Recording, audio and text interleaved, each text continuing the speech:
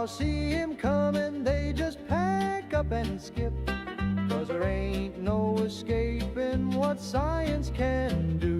Dr. Squibby, sheriff of science, keeps the peace with brain, not gun.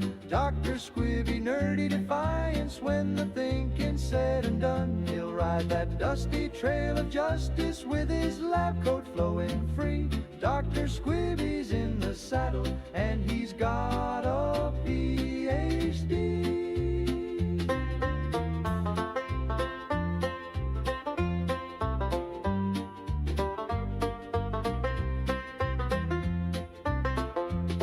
From the sullen to the schoolhouse, when trouble's brewing hot, he'll calculate the odds and make his stand.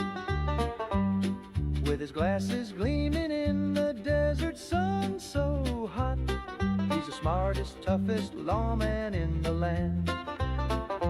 Dr. Squibby, sheriff of science, keeps the peace with brain, not gun. Dr. Squibby, nerdy defiance, when the thinking's said and done. He'll ride that dusty trail of justice with his lab coat flowing free. Dr. Squibby's in the saddle and he's got a PhD. Yeehaw, Dr. Squibby.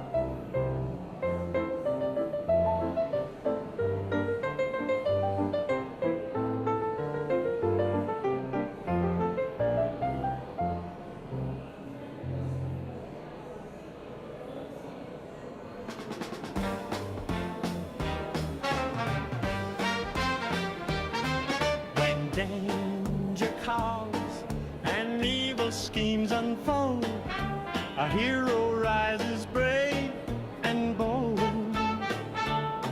With Simon Sand, his intellect so true, Dr. Squibby's coming through.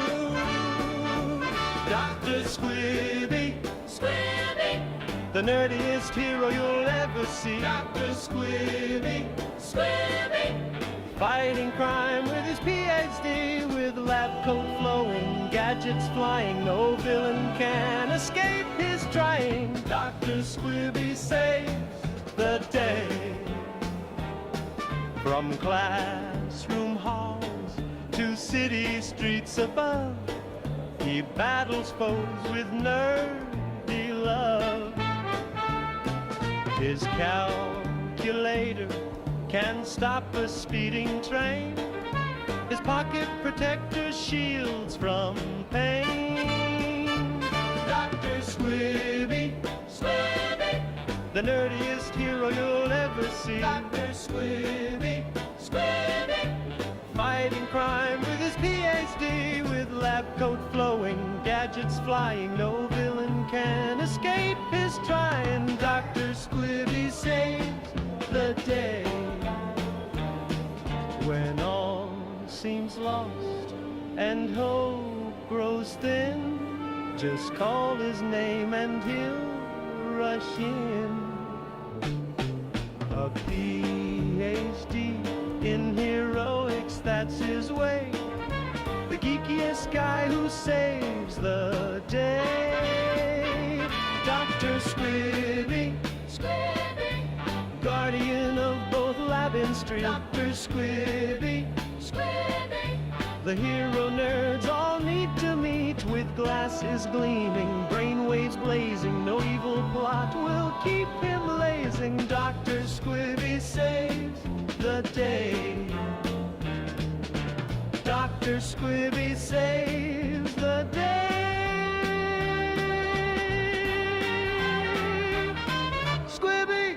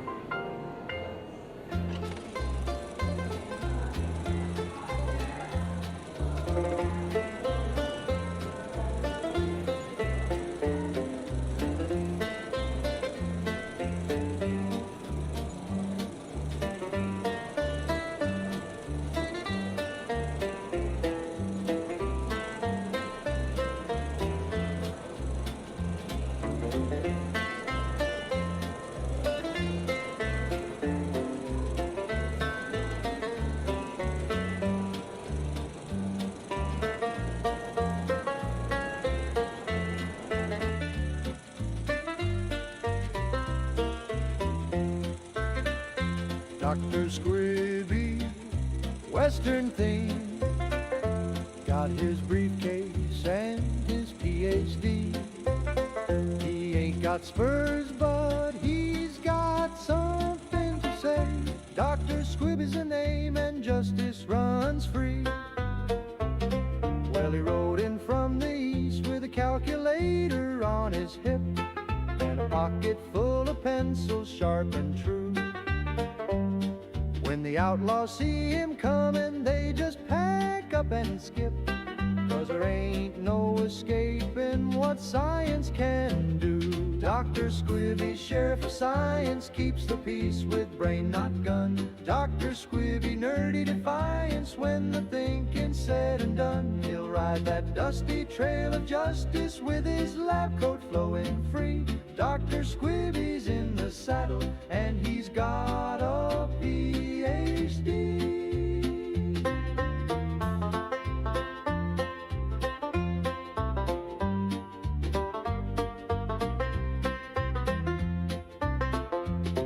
From the sullen to the schoolhouse, when trouble's brewing hot, he'll calculate the odds and make his stand. With his glasses gleaming in the desert sun so hot, he's the smartest, toughest lawman in the land. Dr. Squibby, sheriff of science, keeps the peace with brain not gun. Dr. Squibby, nerdy defiance, when the thinking's said and done. He'll ride that dusty trail of justice with his lab coat flowing free. Dr. Squibby's in the saddle and he's got a PhD. Yeehaw, Dr. Squibby.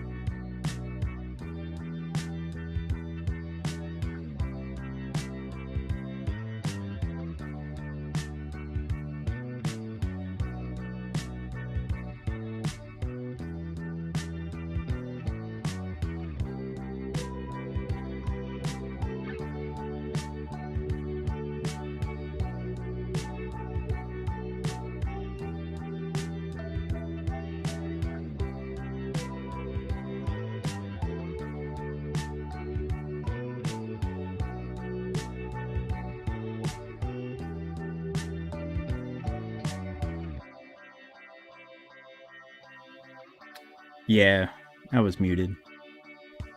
I've been muted for like 45 minutes, 53 minutes.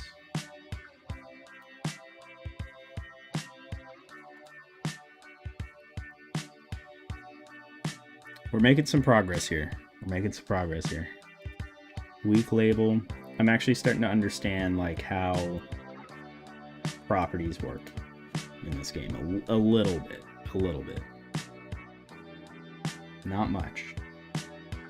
Weak label, we'll call this 01. Bang.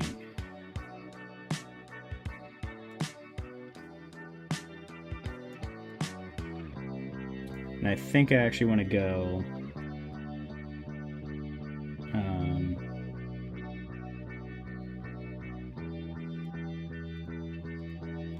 I want to go into my script here and change this. So around 5% completion right now. I would say closer to 0.05, but we're getting there. I would assume I'll have a demo ready by the year 2028. Which, for solo dev in my first ever game, that's a realistic goal, I would say. So formatted weak, I want to put in the parentheses, I want to go weak.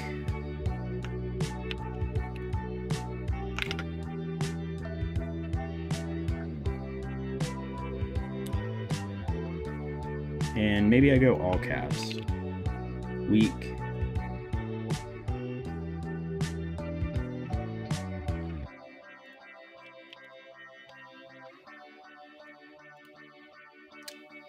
How did I do that? All right, let's exit out of all this. Minimize that. And open that back up. Open this puppy back up.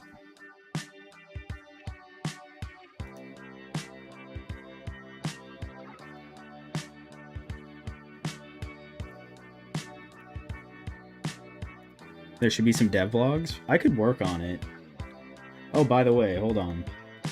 Really quick, I'm gonna show you my my new intro stuff that I made. It starts off the same, but I'll skip the stuff that's the same because I know you've seen it. So let's go check it out.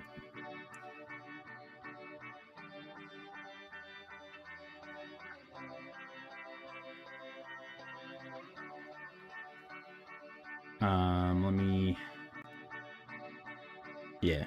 Let me see this.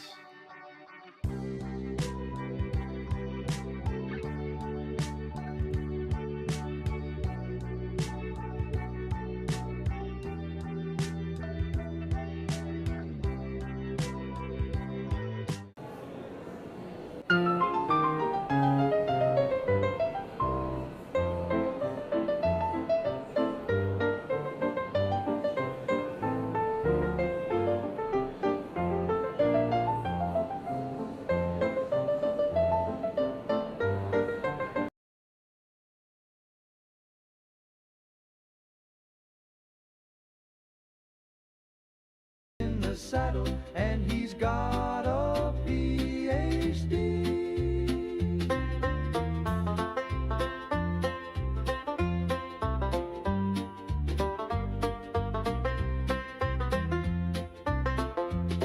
From the sullen to the with his in the land, thinking said and done, he's in.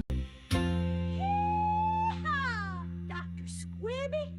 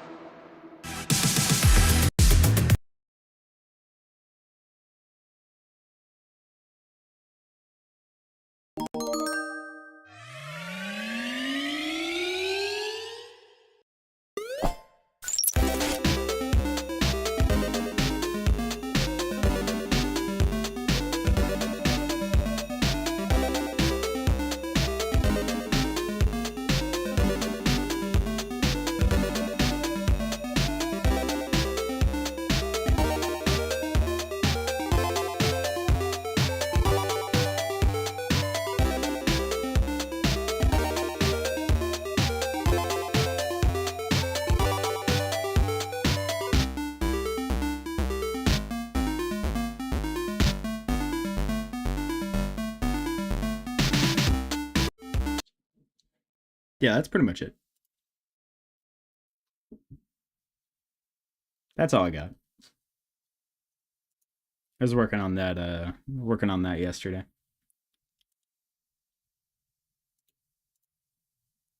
Okay, in theory this should say week and then have a day.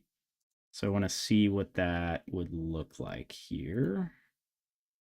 I'm going to put week in front of this. All caps. And then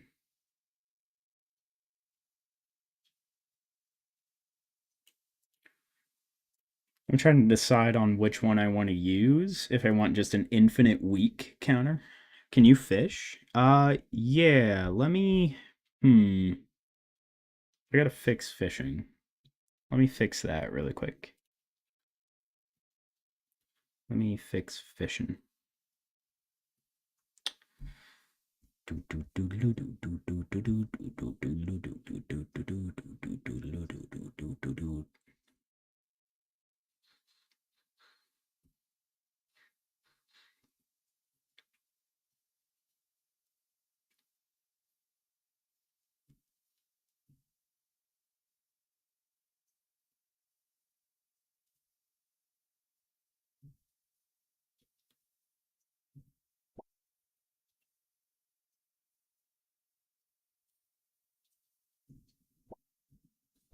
Oh, here it is. Okay.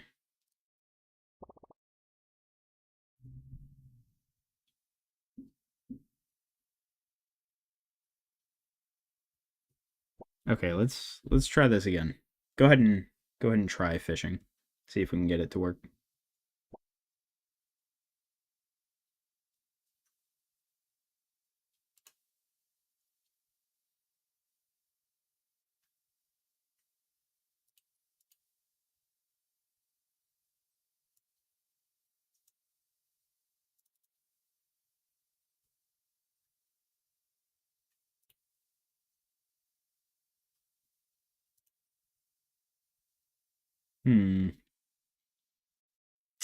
That was my concern.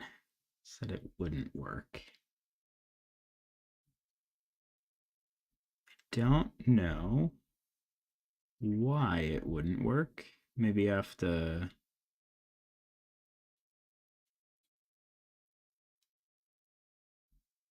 Let me try something here. I gotta.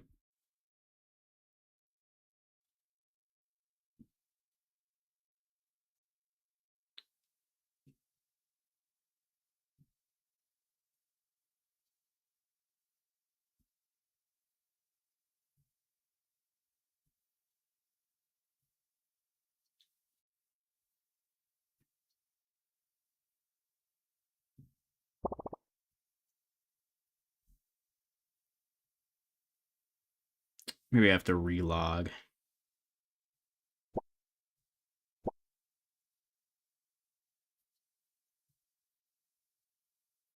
Okay, let's give it a shot now.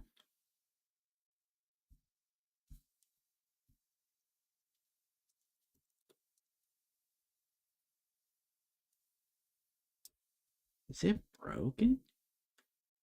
Is fishing dead? Did we kill it?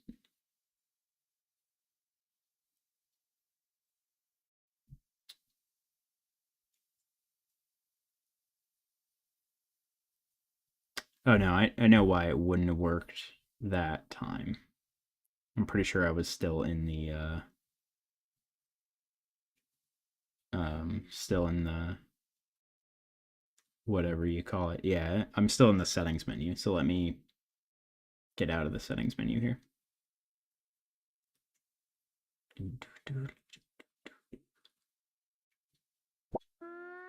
Hey, there we go.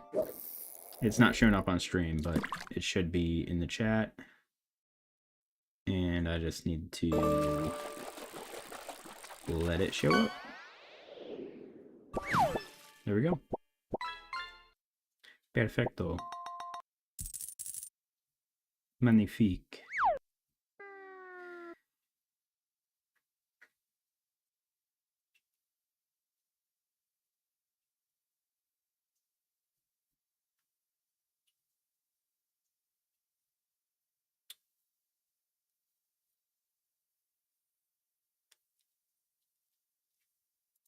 Your 1K fish? No, you got your 1K fish. We're good. So try fishing one more time.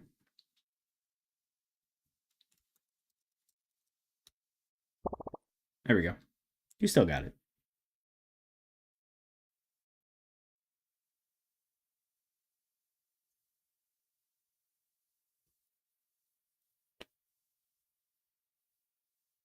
That is crazy that you caught a blue whale that weighs 140,000 kilograms. That's kind of nuts. Theme overrides, fonts, font file load, fonts, XO medium, open. Okay.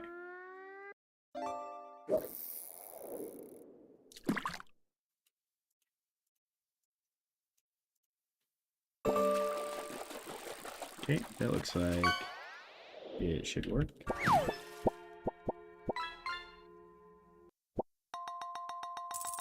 And I think I want to flip this.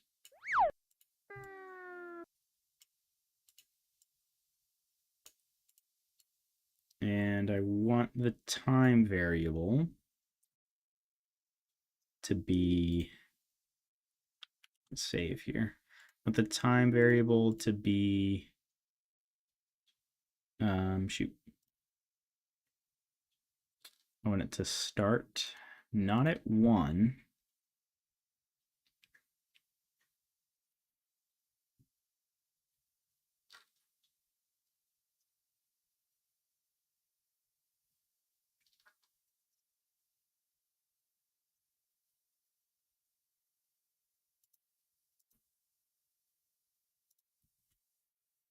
I want it to start at 8. Current minute. Oh, current minute should be 0. And then current time should be 8. Current day should be day 1.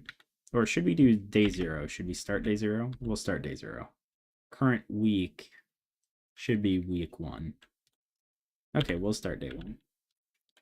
Current month 1. Current year 2006. And current month, actually, we want to put 1. Current week 1. Yeah.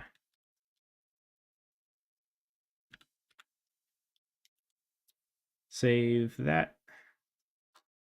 And for this, day of week is not being used.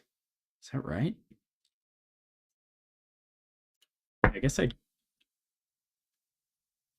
I probably want to use day of week. So let's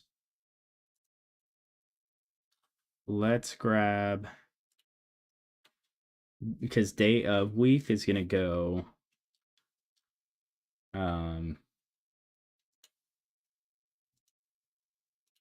yeah, I forgot I did it that way. So right now I have it formatted like this, and I want it to pull from these variables and then translate it into picking a number in an array, meaning I want it to go from 0 to 6 rather than 1 to 7. So it should start at 0. So let's go back here. If day of week is less than 6, and day of week should be 0.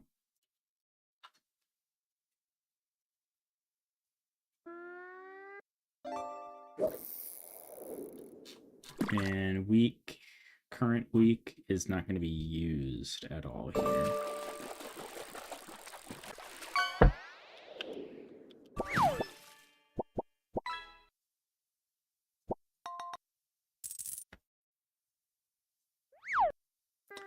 Time is weird. Time calculation is weird. Oh, but check this out. Yesterday I also did this. So he can, right now the game's paused, right? But when I hit play, he can move around to whatever point I click at. And he has, with the intelligence of an ant, object avoidance. Maybe a little less than an ant. Maybe like a baby ant object avoidance. Which is pretty sick. And then, oh yeah.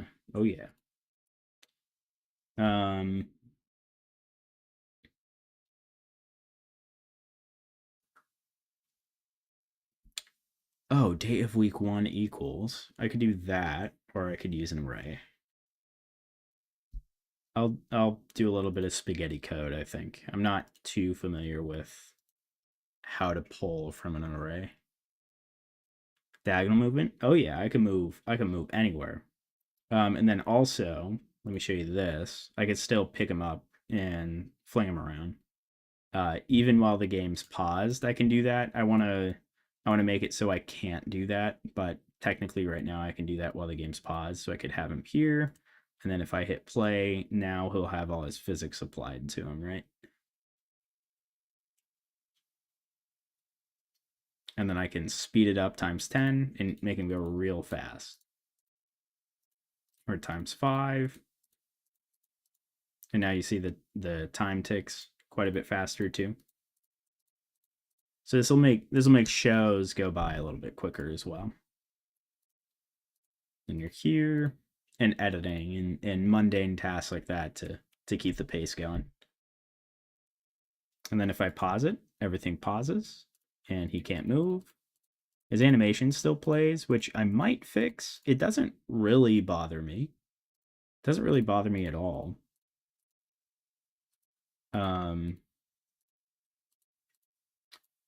Ooh, you know what I just realized? I should select him first before he listens to my right-click movement. And when I select him, a little arrow should appear above him. So it shows which guy I'm moving, because the idea eventually is to have a whole team of guys. And as the code works right now, if I loaded in multiple intern number 1s, they'd be swarming everywhere. Actually, I'm curious. Hold on. I want to see what that would look like. Okay. If I go main and I pull in more employees, I'll pull in employees scene, main game, employee 2. Oh, geez, my cat scared me. Nope, I don't want to go there. I want to go here. I want to see what happens. The hive mind. Main game, employee 3, employee 4, employee 5. And they have object avoidance, but I don't know if they have object avoidance from each other. They might. They might be smart enough for that. Okay, how many employees do we want? And now I can go like this, copy, and then paste. Oh, I don't want to layer them. So I'm going to go out here. Oh no. This might be too many employees. We're going to see. We're going to find out. I'm in the game now. Oh my god. Okay. One of them just flew off, which is not it's not the way it's supposed to work. I'm going to hit play. There they go. Yeah, see, that's not what you want. We don't want them to be a hive mind. You can go times 10. Look at how fast they are. Oh, they move around. That's oh no. Oh, there's so many. Oh, there's so many of them. Oh my god. I can make it even faster just because I'm in dev mode. Oh, there it is. Yeah, look at how fast they're going. It's kind of fun. It's unintentional, but it's kind of fun. This might be like a dev branch of the game that I save on my repository. Oh my god, look at him go. Wait, what is this?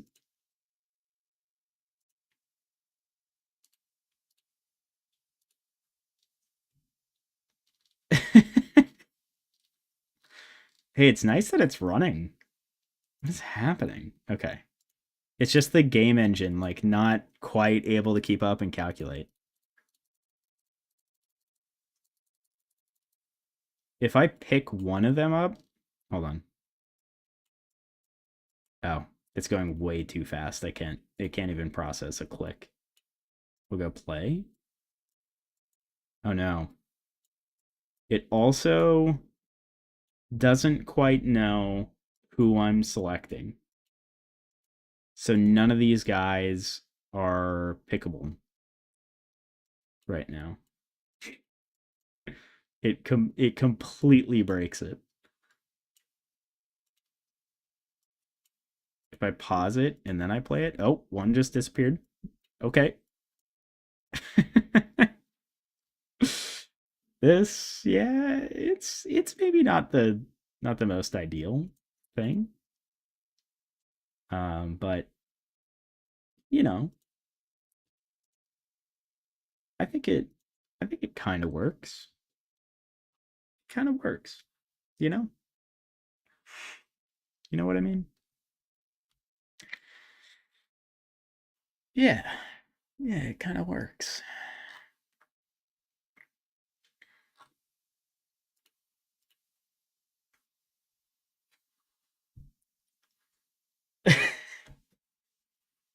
It is fun. It is kind of fun. Just throwing the hive around. Okay, let's come back to Earth here.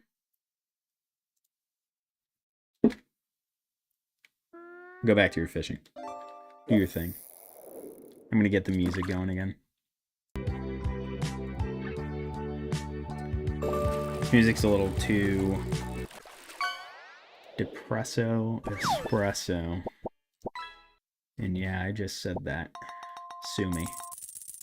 Don't, actually. I feel like you could probably get away with suing me for some things.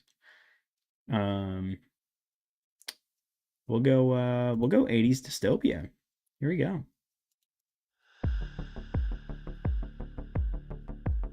There it is.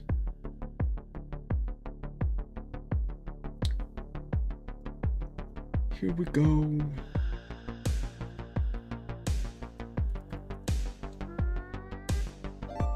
Is the stream looking okay, by the way? We're presto.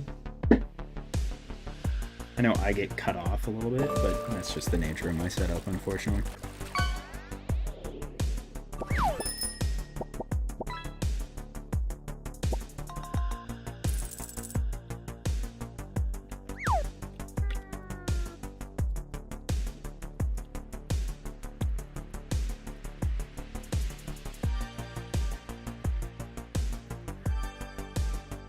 Okay, you know what?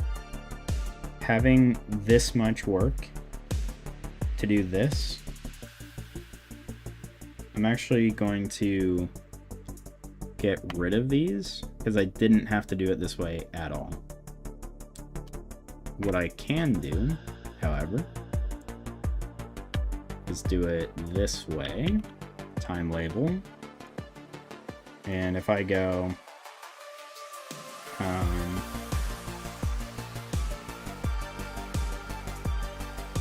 hour, minute,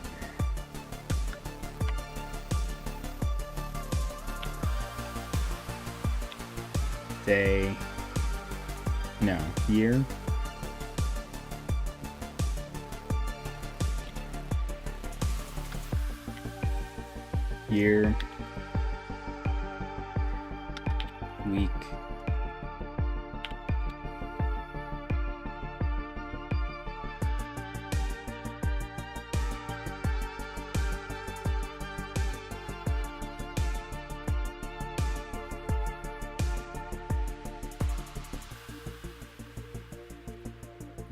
week, What else was it that I needed? Month. We need month in there.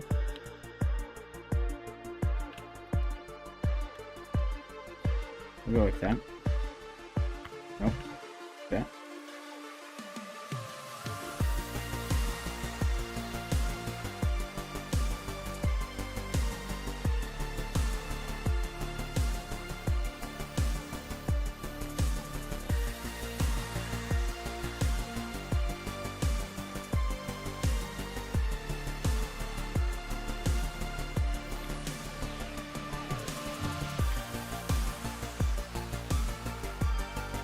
Yeah, this works. The percent is used to differentiate. So I'm going to go 0, because now I'm doing this for the week. So I'm going to go 0, 0, 1, percent 0, 1, D.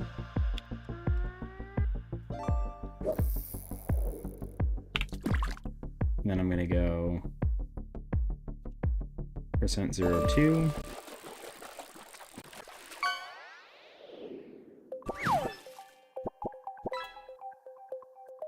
Oh no, I want to go month, year, day, month, day, year.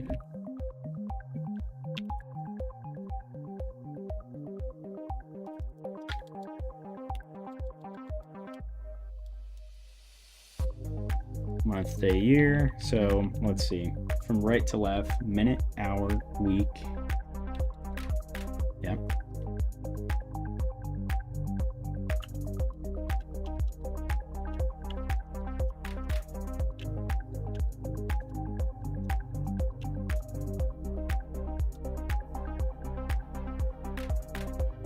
Oh, music's probably a bit too loud, huh? Let me adjust that. There we go.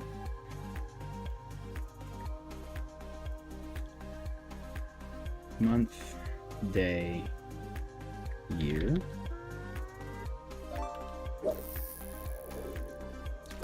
Minute, hour, week, year, day. The comma would show up in the code, so I don't want to do that. I could do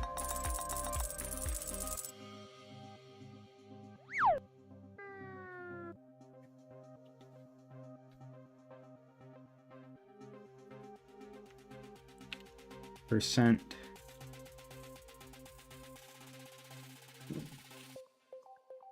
04D slash percent 02D slash percent 02D. So this will say 01, 01, 2006, and then this will say the digit of the weekday.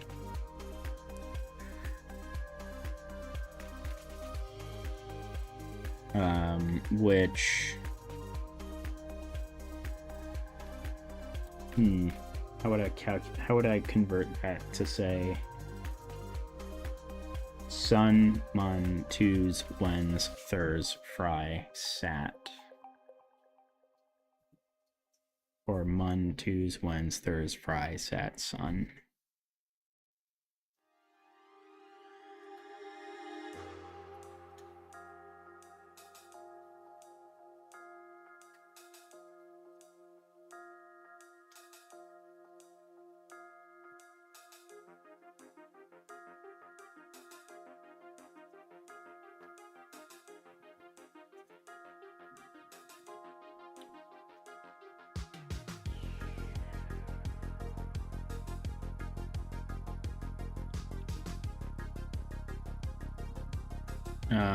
Let's see.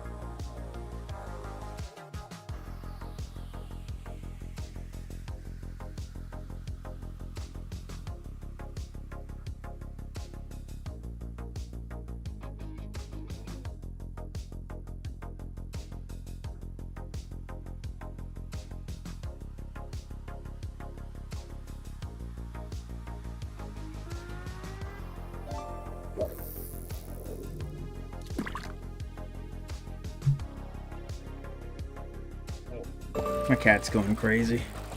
She's attacking me.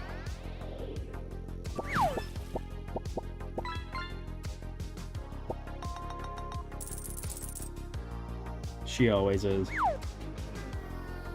I'm in an abusive relationship with my cat. Not actually. I guess that's a little weird. Let's see.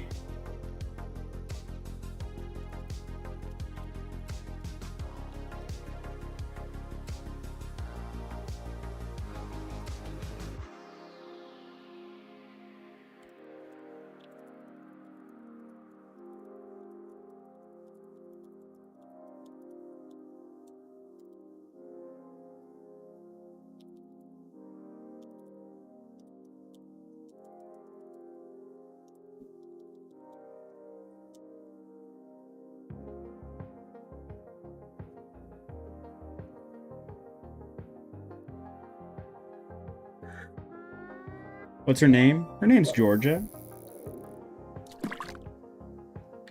I used to have a Georgia cam that I would put up on stream, but I changed locations, so I no longer have that. Variable day names. Okay.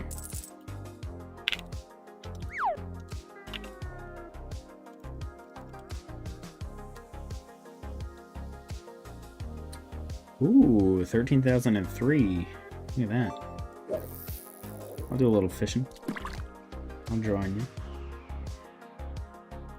Month, day, year, week, hour, minute.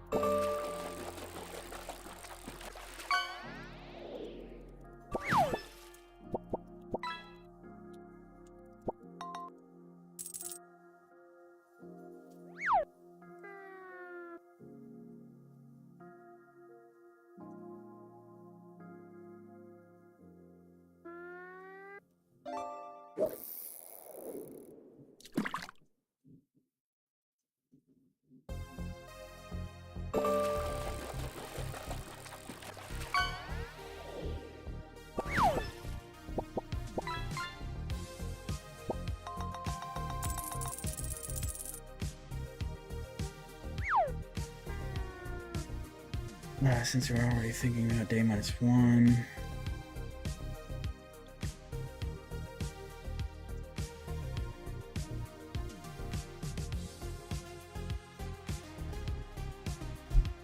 So I need that to be in my on-time tick function. Okay, so let's go back here, go back to on-time tick.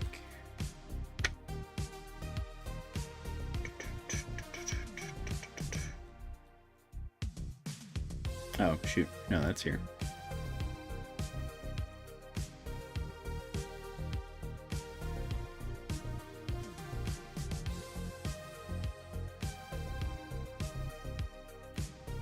So up here, I actually want to do variable.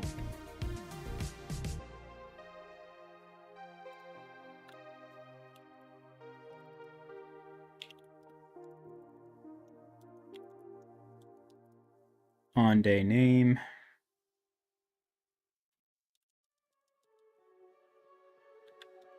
Current day name.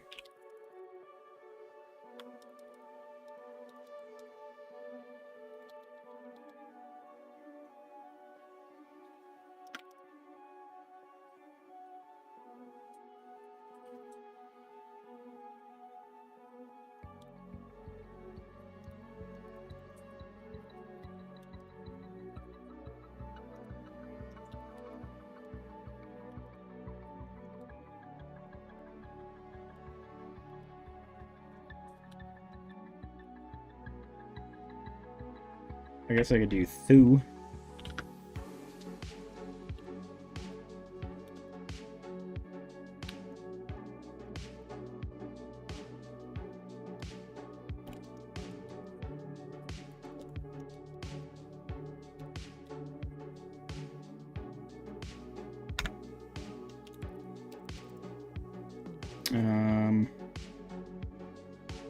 Week equals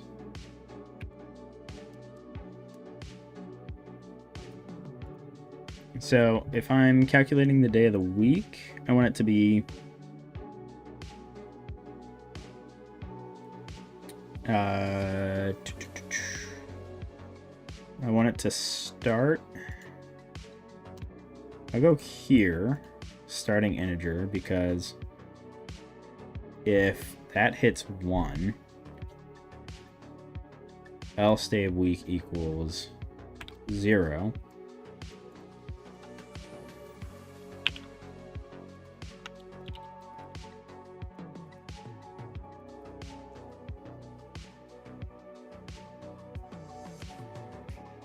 Zero, 1, 2, 3, 4, 5, 6.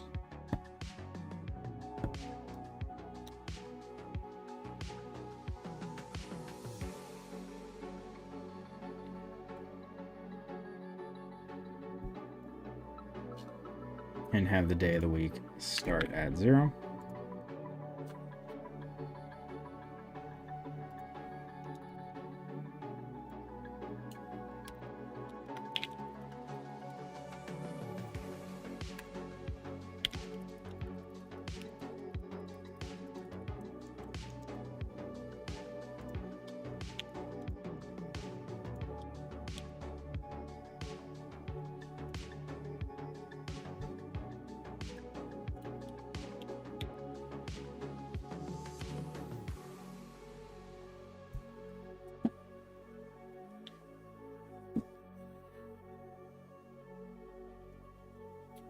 Current day name.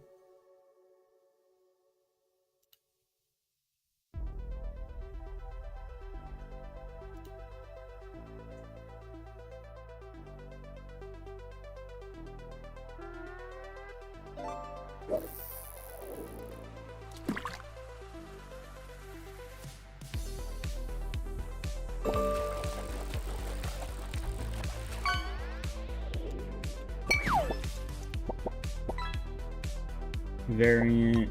So let's see, year, month, week, day, hour, minute. Week should be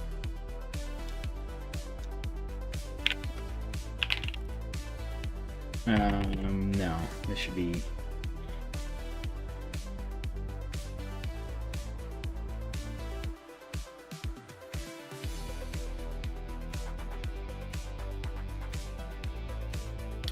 I want to index, right? So I want to.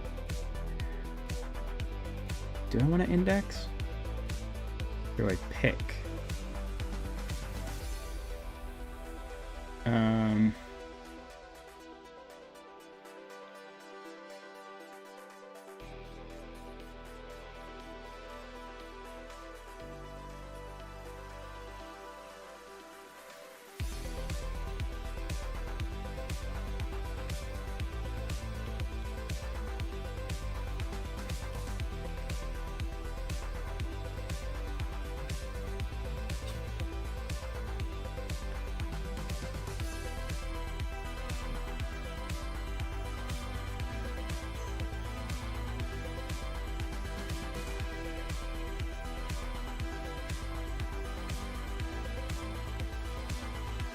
This warning is saying that these variables have no effect anywhere in the code, so it's just wasted processing power.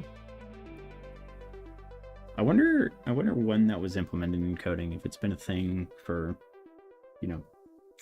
30 years, 40 years now, or if it's relatively recent.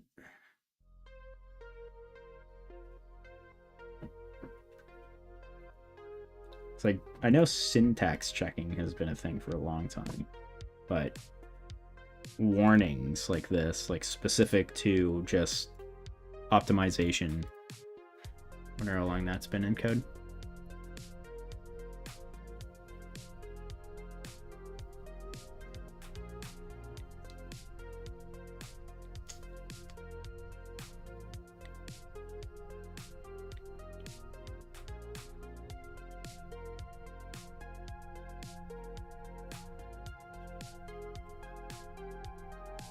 But in the formatted string, you're using week, which is the number 0 to 6 directly.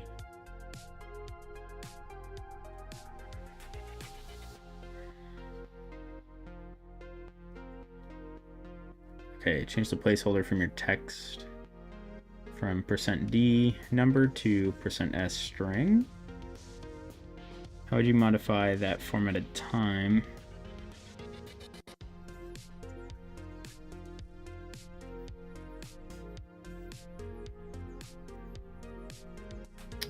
Oh.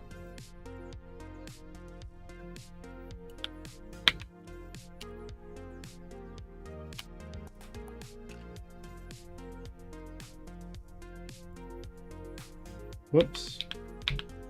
Well, pro tip, don't middle click accidentally.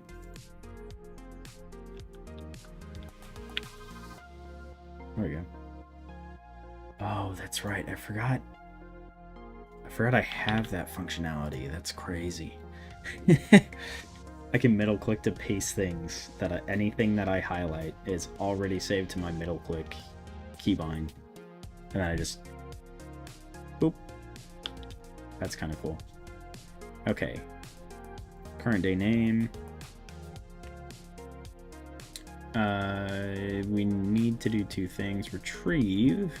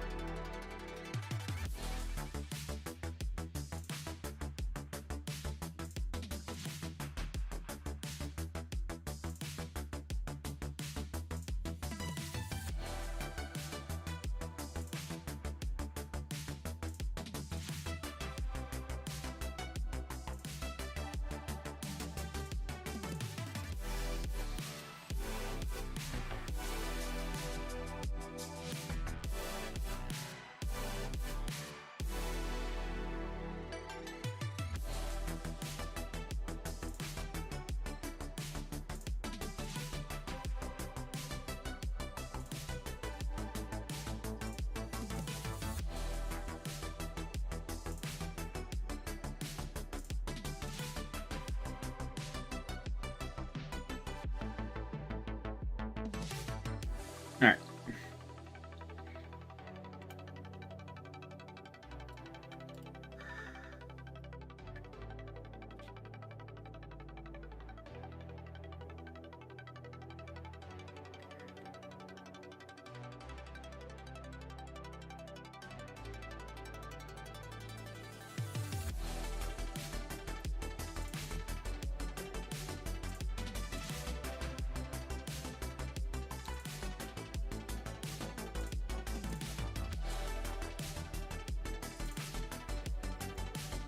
So I want this to be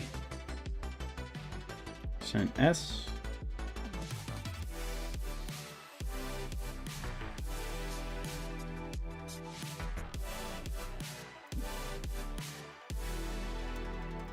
And I want to pull in a different variable.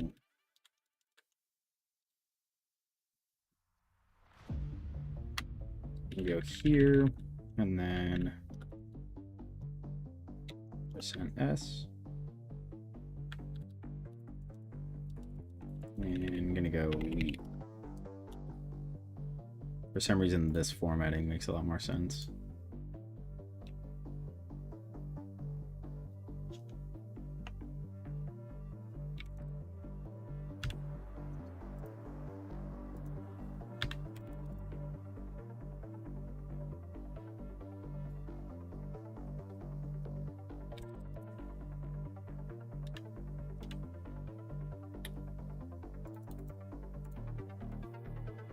Is that not right?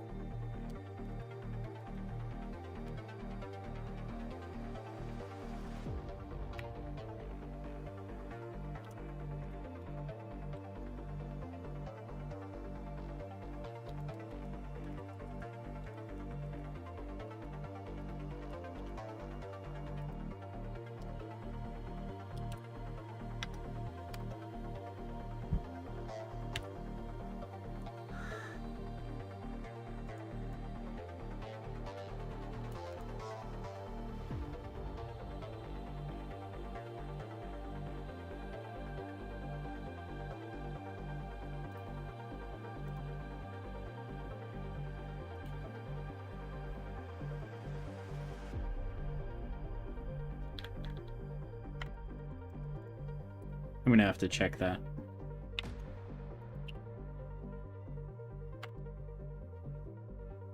Can I do %s? Expected expression as an array element. Would I do str here, here? No.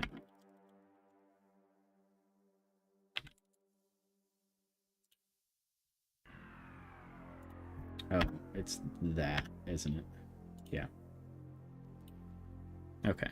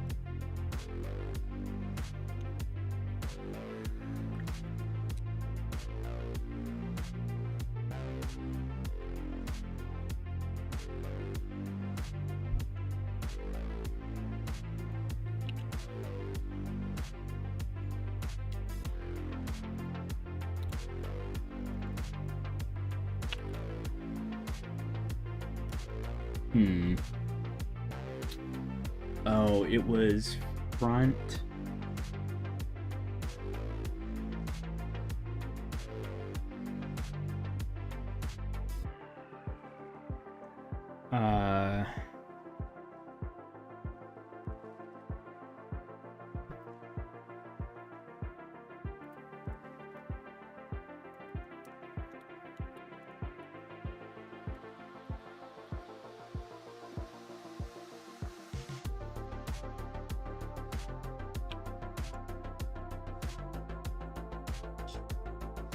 It's the first value of an array. I'm forgetting what the code is.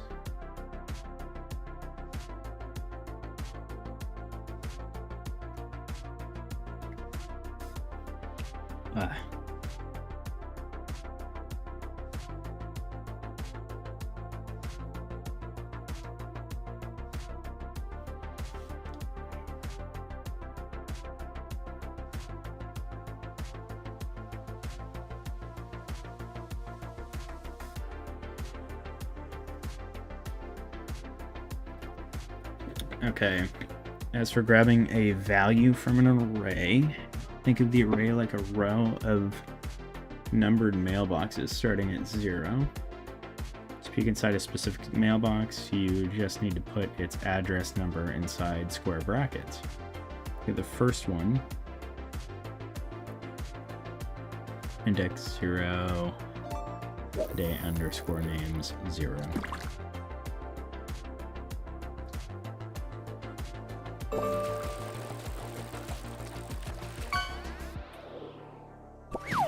Since your week variable holds the number 0 through 6 for the current day, how would you update your list of values to pass the name of the day instead of the number?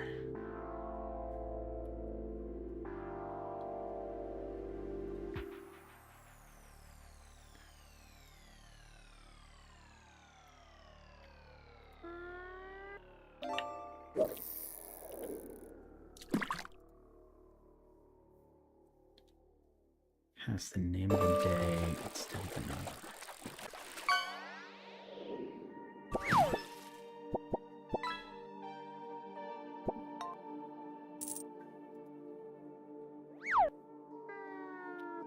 Week equals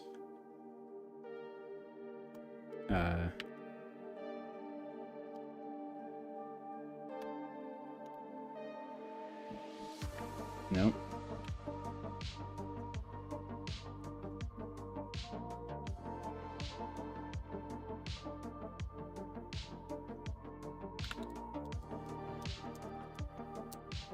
Would I do this here?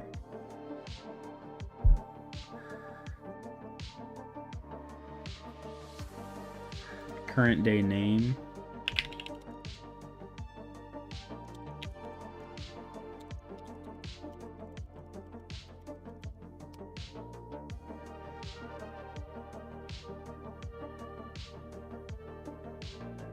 Week equals current day name.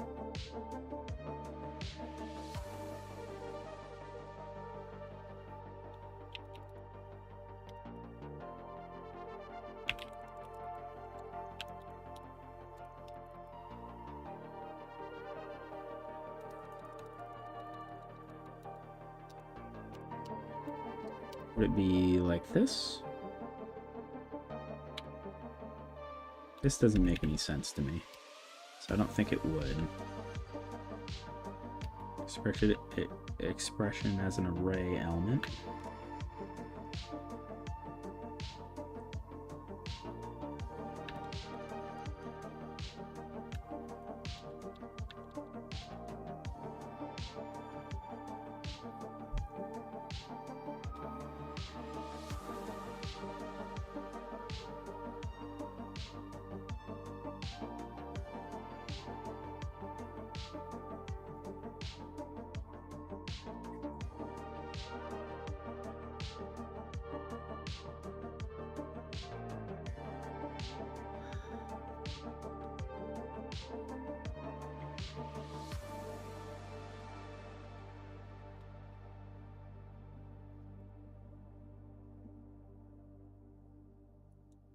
I don't know if I can do this, but I'm gonna try.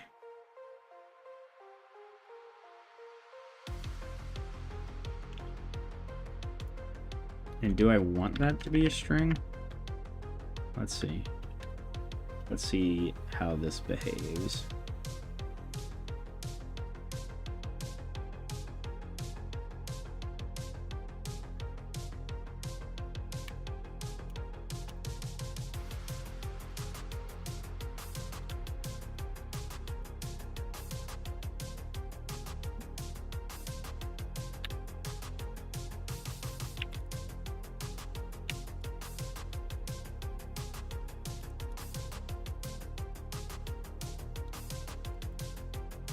Yeah.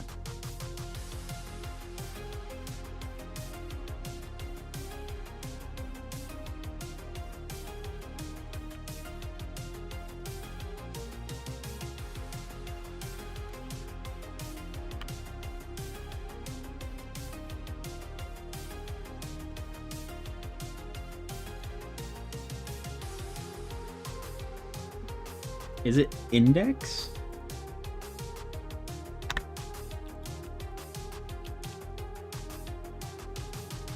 Get index?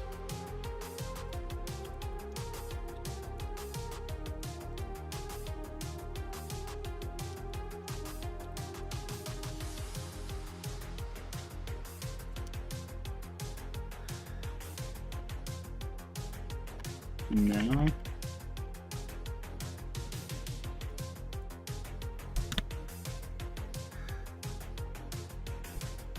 Xavier, what you got? What you got for me?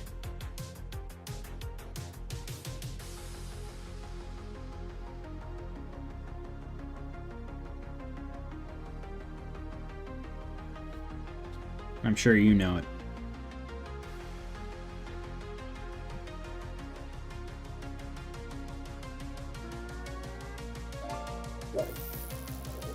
Okay, variable colors equals red, green, blue to get red index 0.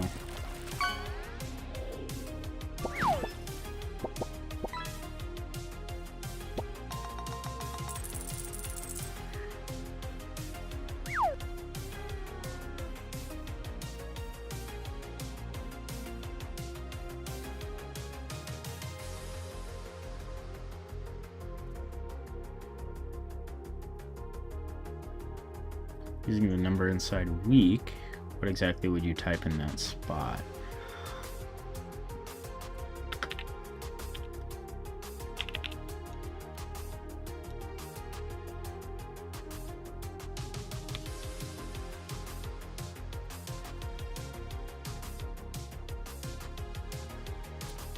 Oh.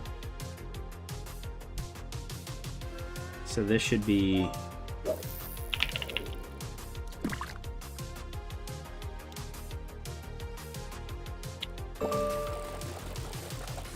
current day name week.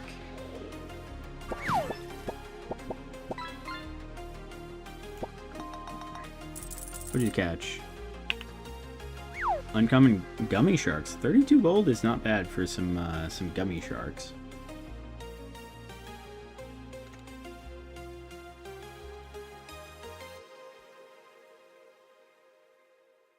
I think this is right.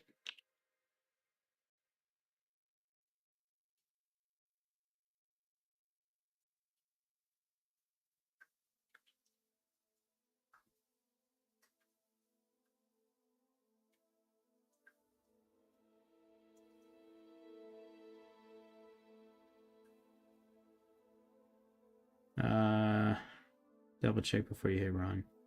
So your previous step, we talked about moving the list.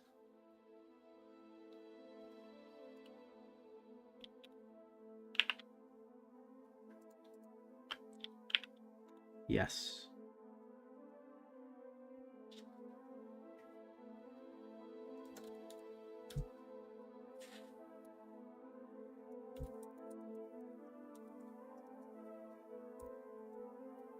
Whoa.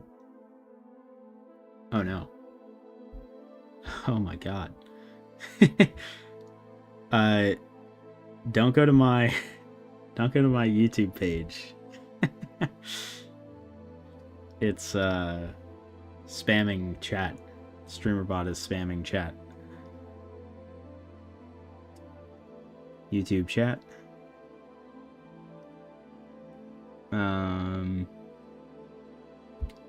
I need to add a core actions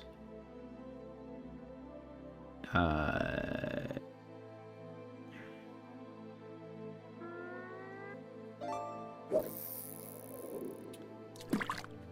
do I stop this?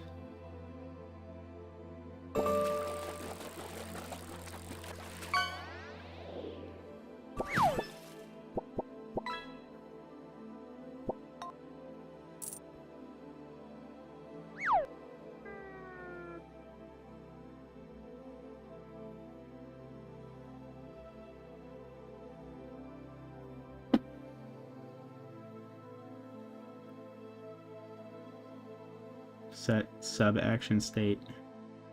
No action selected. YouTube chat. Select state toggle.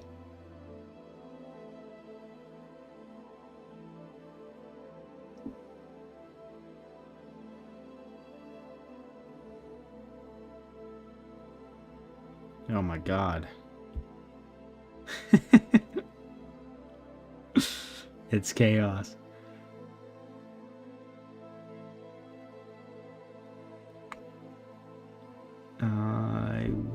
is it doing this? YouTube chat. Add core processes.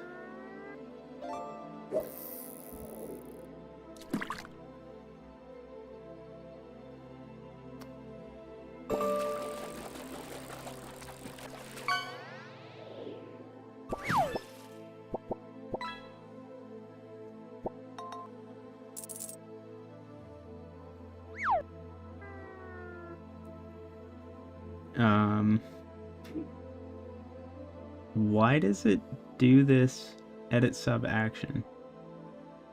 Broadcast latest from variable latest. Okay.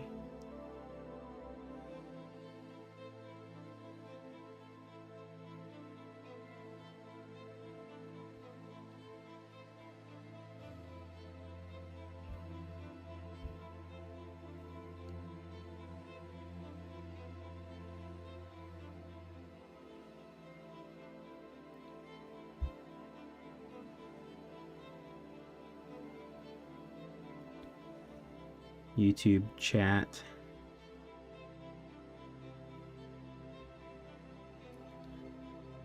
First words.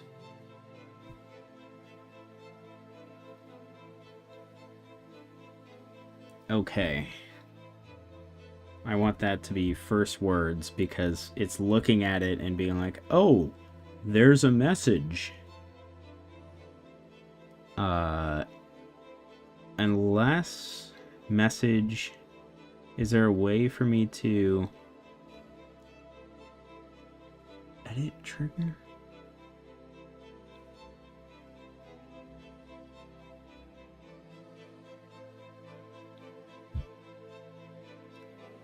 Delete trigger, yes.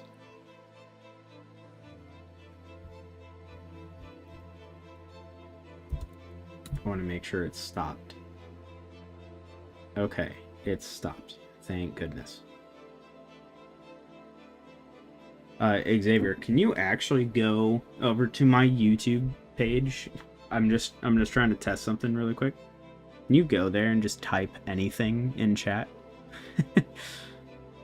Because it just spammed last time when I tried testing it. It's not the most ideal thing. Let's see.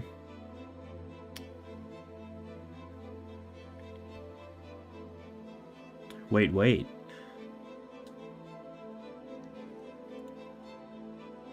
What's wait? What do we have going on? Bro. What's happening?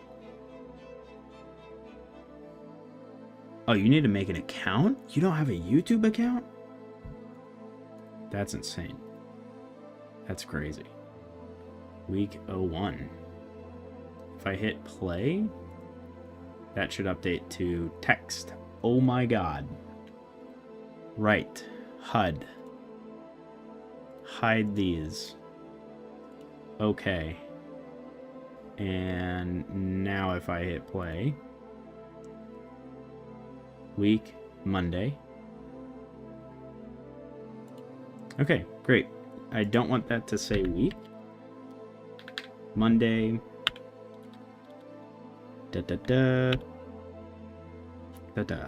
Save. Now let's try. And I want this to say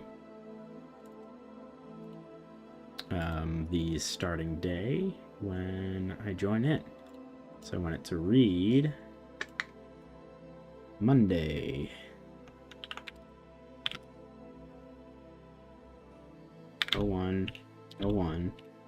2006, and then the time should be 0800. Save. So we're at 0800. We've got a 24-hour clock. So I'll hit this, and it should, in theory, match, and just start ticking. Look at that.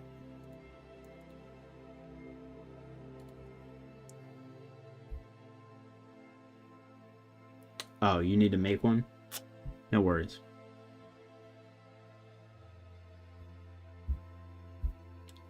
That's alright, that's alright. I had it, yeah, I had it using the bot account. Or I had it using my own account, so I could spam my chat like no other, and it wouldn't matter.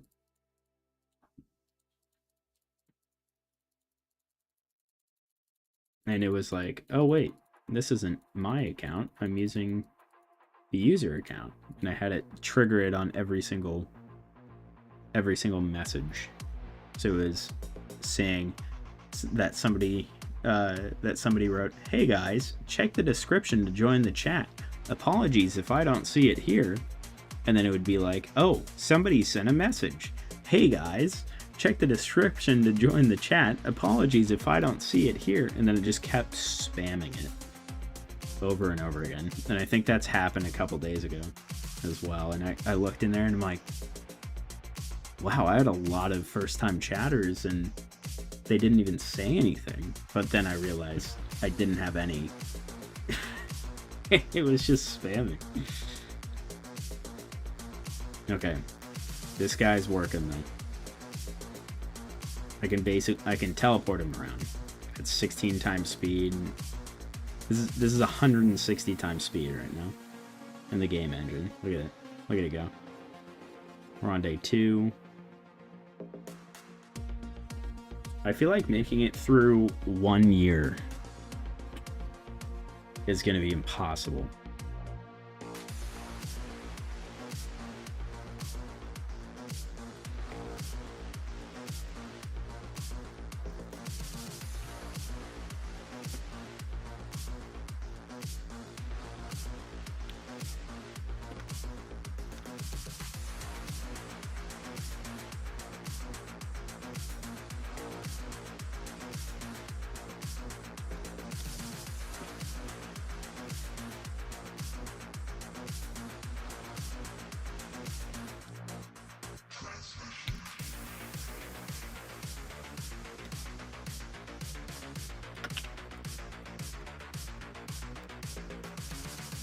Okay, I'm gonna try and fix this using the documentation, see if I have enough understanding of it to do so.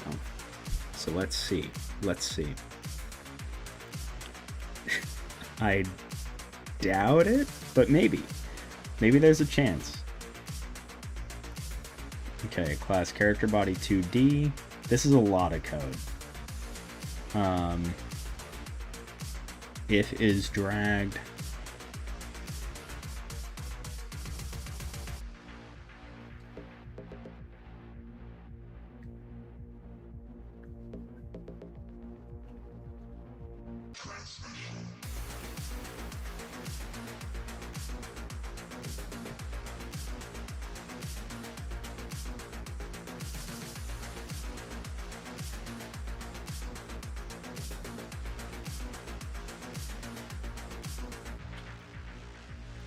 If event is... Okay, this is going to be way too complex because I have to figure out... I have to match it to the grid system that's there. So it's like, hey, if I'm standing on this grid, I need to recognize when my exact coordinate gets clicked within a certain radius. There's no way I have this. There's absolutely no way.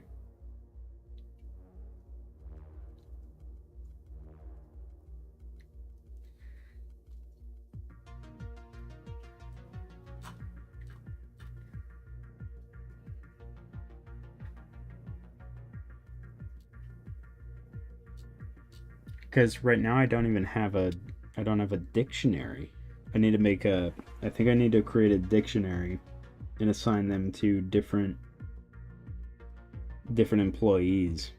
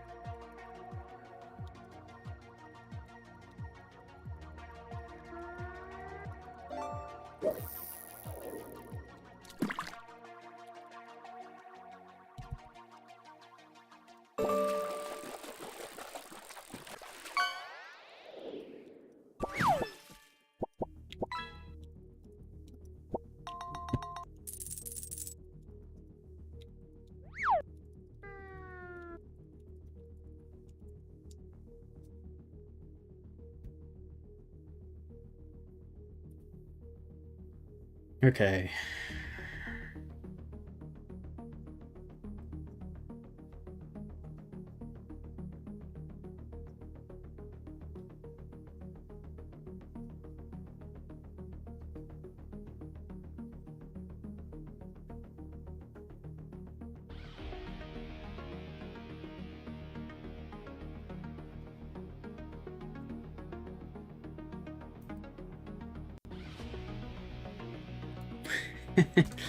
I'm using AI to help, and it does like a little like indication of what it's quote unquote thinking about, and the swarm was one of the things that popped up. It's like analyzing the swarm. So let's see.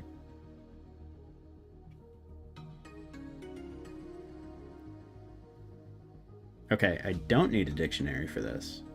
Dictionary is great for looking things up, but for a selection system, an array, a list is the standard tool.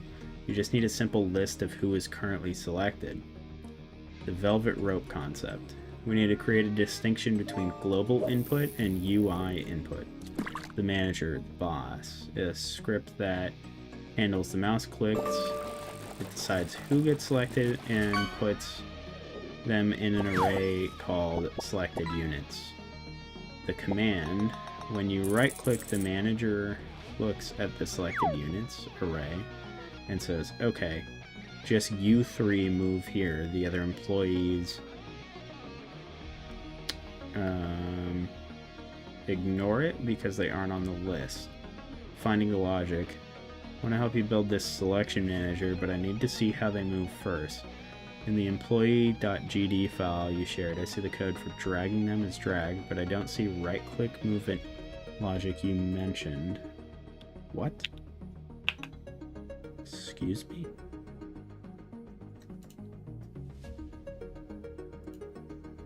How do you not see right-click movement logic? Huh? How? How do you not see it? Look again, bro.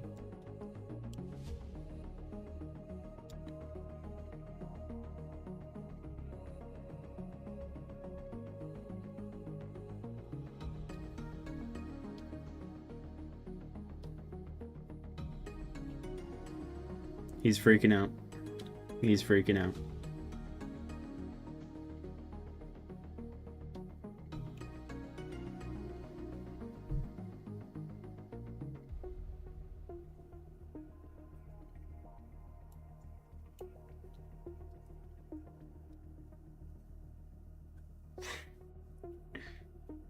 And I like the way it, yeah, it is very weak. I like the way it explained this, though. It said, in Godot, underscore input in parentheses event is a global listener. When you right click, Godot shouts, right click! To the whole scene. Since every employee has the script, every employee hears the shout and immediately runs to move location. Fix the selected flag. To fix this, we need each employee to know if they are currently the chosen one.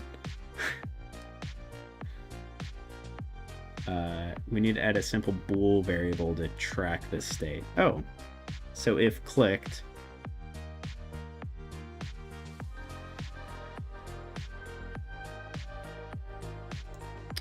okay, at the top of your script under your other state variables like is working, create a new boolean variable called is selected and set it to false. What personality of AI is this? This is just like straight up Google Gemini as it is, but I've poisoned its mind just by saying the worst possible things. Let's see. So it, it goes crazy.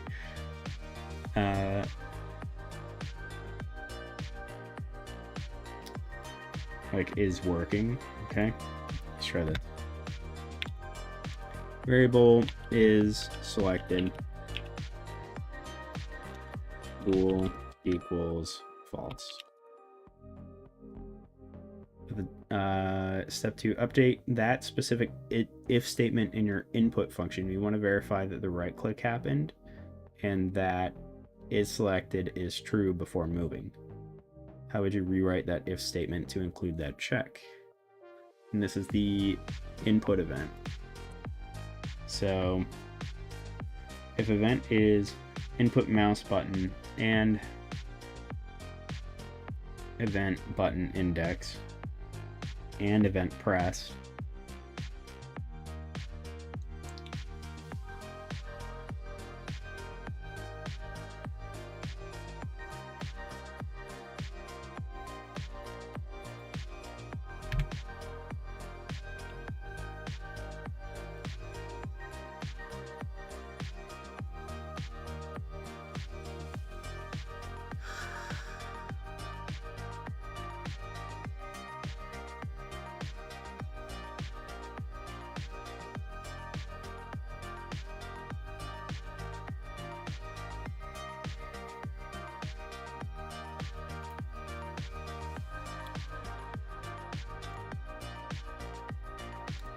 I want to do this and then do this. Nope, this. If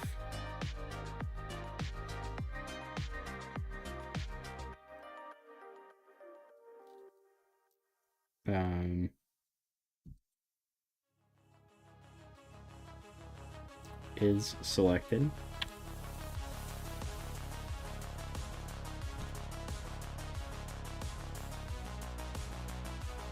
I'll do is selected true.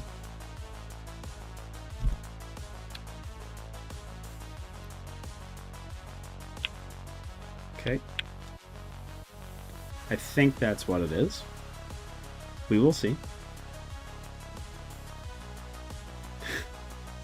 God, my chat. I just glance over at my YouTube chat every now and then, and it's just so many of those.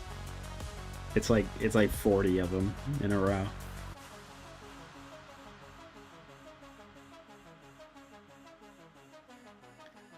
You have successfully built the gate. Now when you right click, the code checks the ID card is selected. Yeah, before letting the unit move. Since everyone starts as false, the swarm has stopped. However, right now the gate is locked forever. We have no way to actually give an employee their ID card.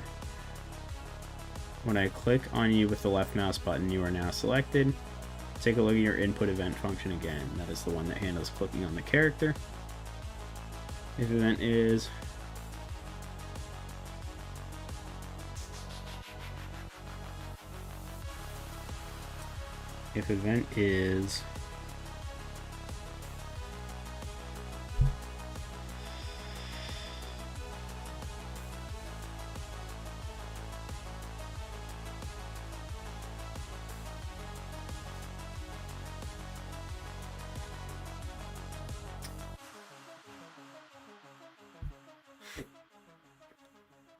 that's totally fair.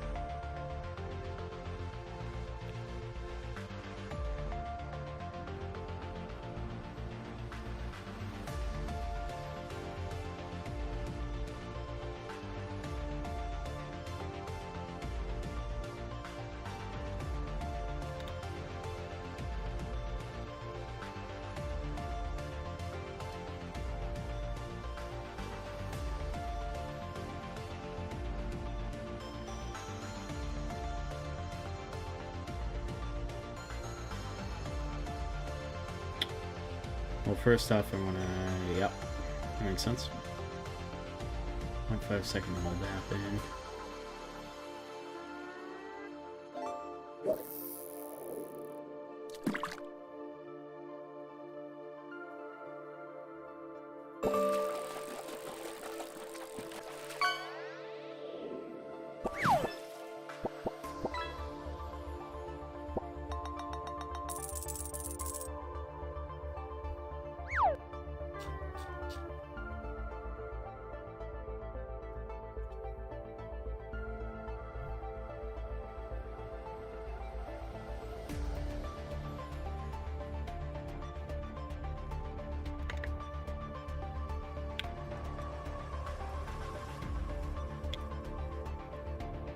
Is maths down, bool equals false.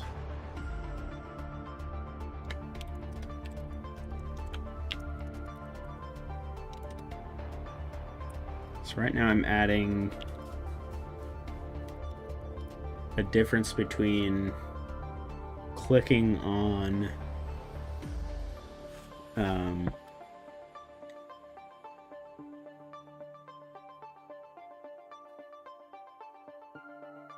yeah, I'm adding the difference between clicking on somebody and clicking and holding on somebody for half a second.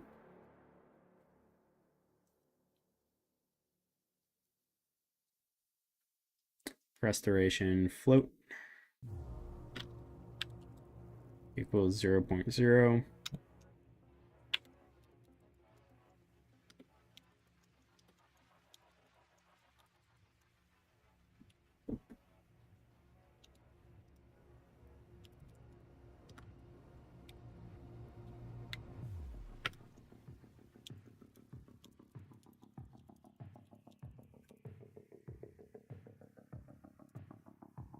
Or this.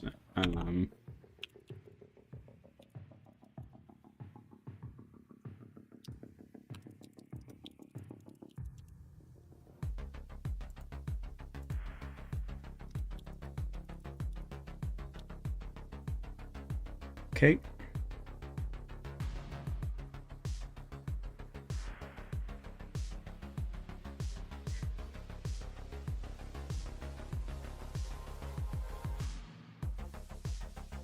Now look at your input event function again. Right now it says is dragged equals true instantly. We want to stop that.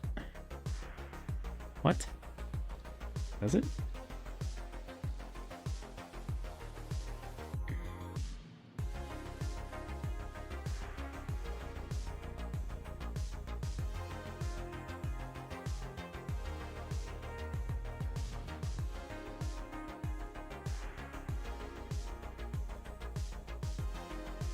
Oh, right. If they're selected, it does, yeah. I thought it was talking about, like, as soon as I join the game, it makes it so I pick them up and I'm immediately dragging this character around. How would you rewrite this selection to set is mouse down to true and reset restoration to 0 instead of setting is dragged?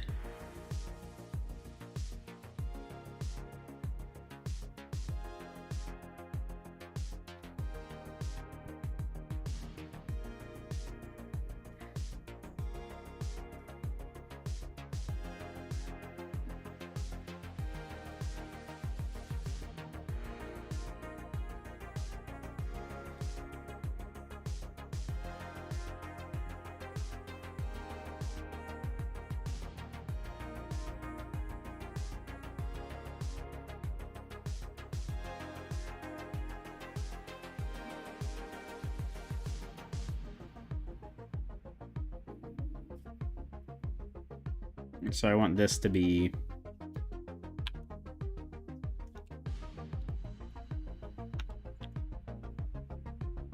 is mouse down equals true. And then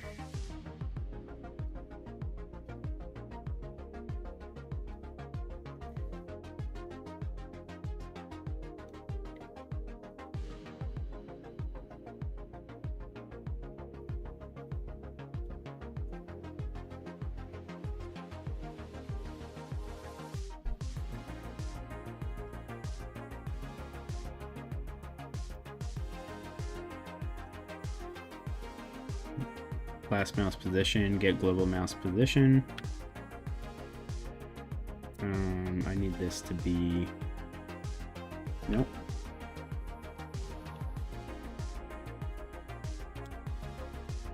Yeah, I need this to be here.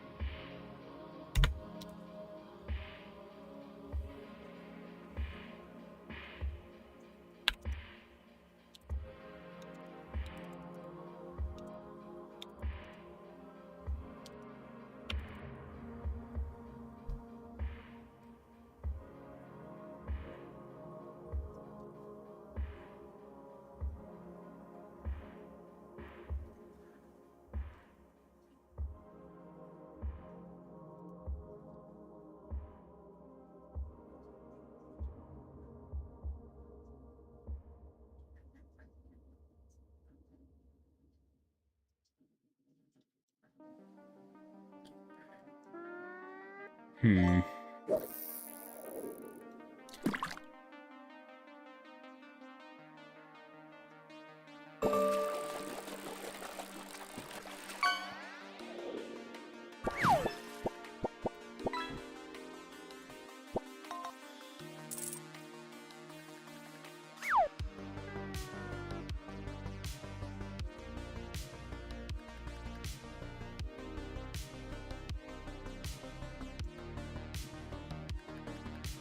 I think I'm doing too many things at once here.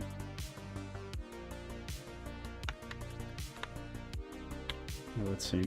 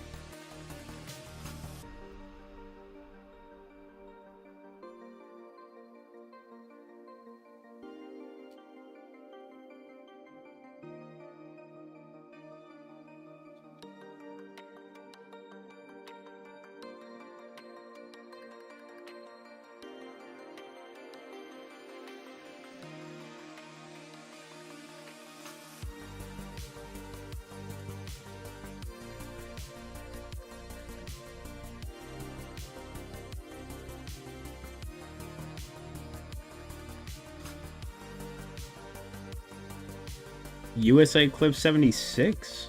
I do read chat.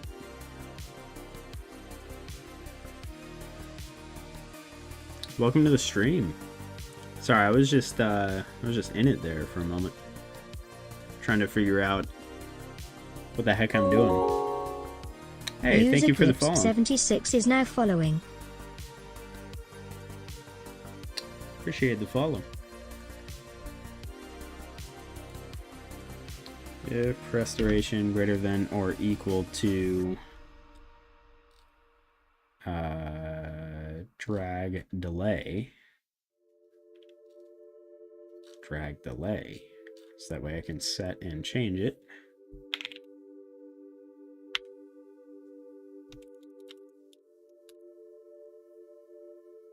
Set is working, and last mouse position. This if statement is too far down. There we go.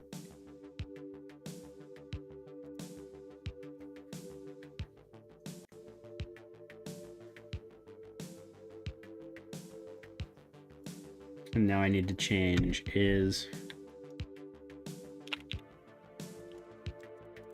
What was that variable? Is grabbed, is dragged equals true. Is dragged. Oh no! Where was I?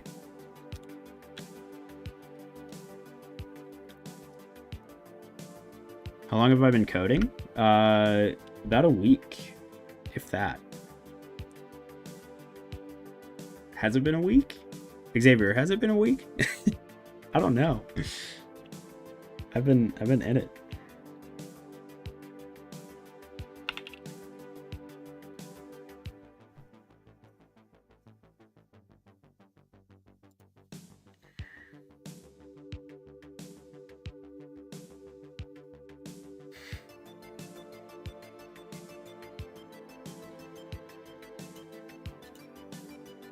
Like 2 weeks? No, there's no way. I swear it's only been a week. Maybe it's been 2 weeks. Let's see. I didn't immediately start coding when I came back to streaming, did I? I think I played chess on the first day or something else. I did pixel art a little bit, but it might have been 2 weeks. I still have no idea what I'm doing to an extent, but this logic seems right.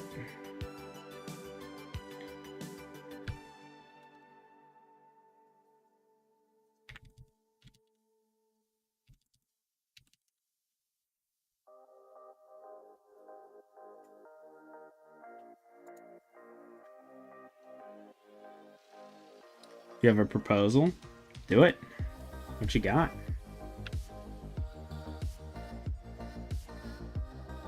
I'll hear out anyone.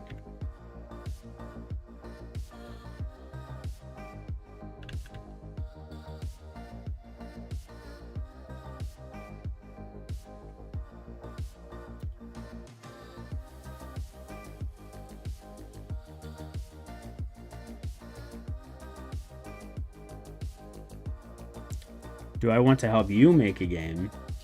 I'm making a game. Look at my game.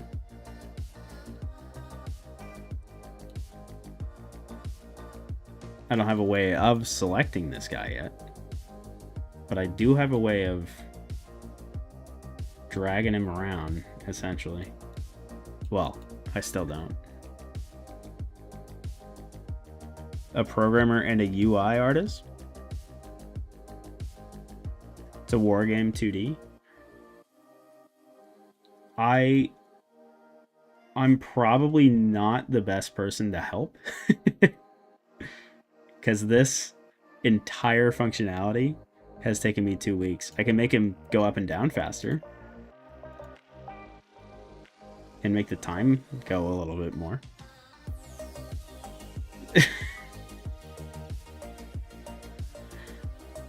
There are people who make entire games in half the amount of time that I've taken to do this. You need anyone. I feel like with me it might be better off. You would probably be better off learning on your own. if I'm being honest. Because I have no accountability when it comes to this either. I'm doing this for a hobby.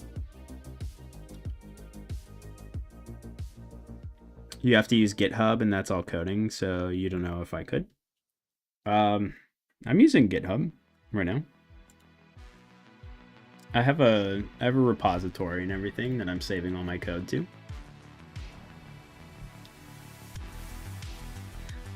But I also only am learning GD script.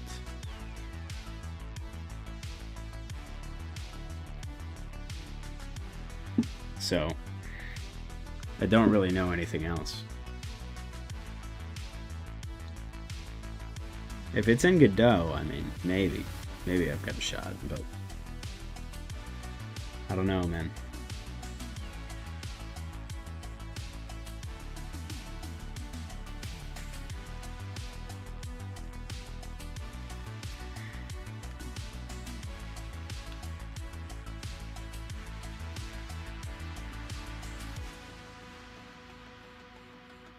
Use C#. Maybe we can like mesh our code. All mine can be in GD script and yours can be in C#. We can make a hybrid game.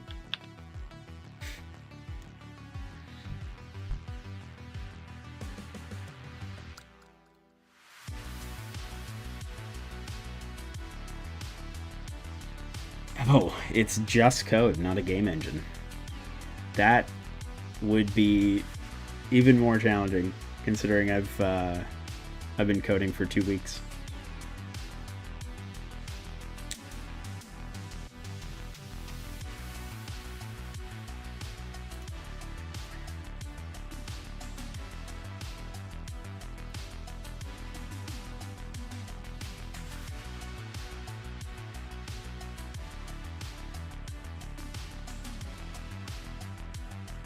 Okay, now I need to set the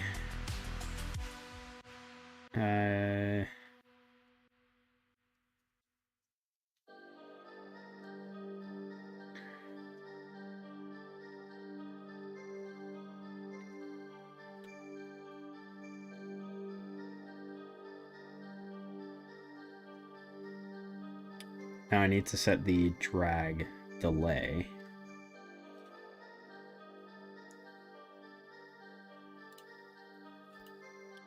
Let's save this and double check everything here.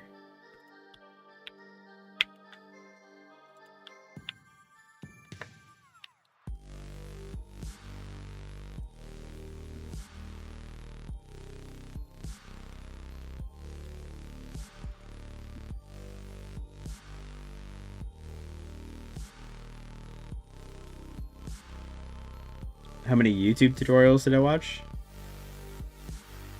VS Code, if I've heard of it. Yeah, I know VS Code. Not that many YouTube tutorials.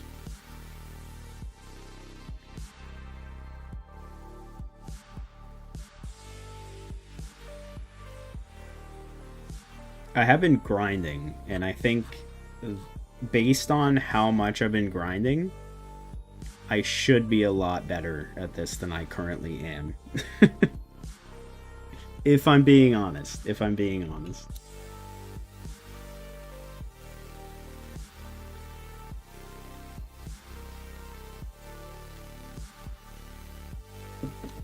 So I feel like I'm not taking the right approach to this, but I'm also not worried about it. I'm just kind of going, you know.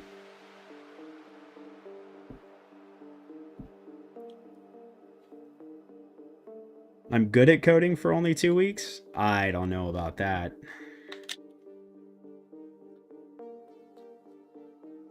Like I said, I've made this.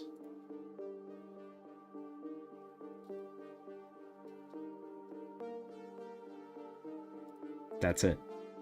That's all I got. And the game engine really helps a lot. It's doing a lot of hand-holding and going through like documentation and things like that. Definitely on the right track. You have the variable set up, but we need to move logic around. Oh, and I'm getting the help of AI assistants through guided learning. So that helps.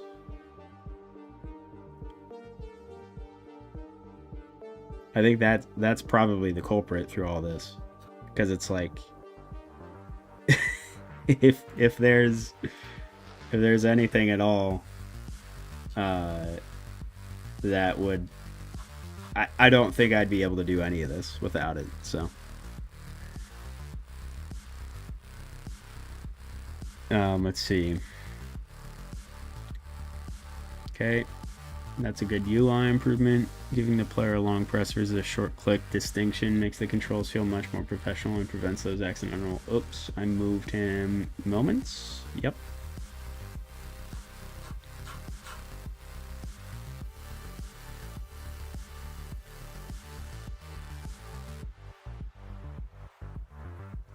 Inside input event, you checked if restoration is greater than or equal to drag delay.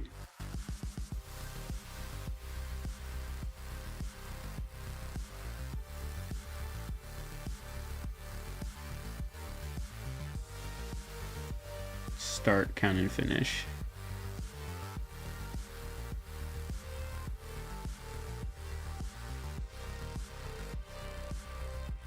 When the player first clicks the unit, We don't know if it's dragged or selected yet. We just need to zero out the timer.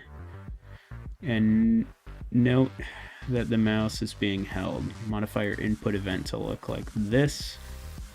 Note that we remove the drag logic from there because we haven't dragged yet.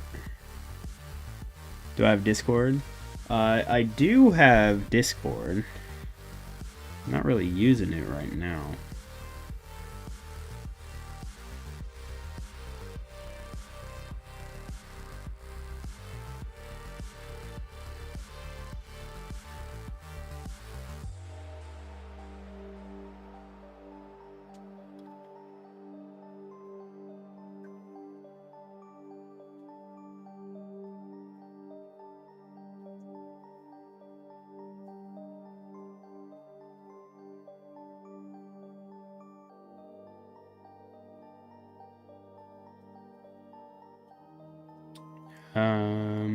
Let's see.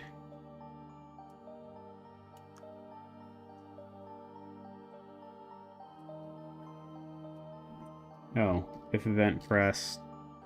Let's see. Let's go to input.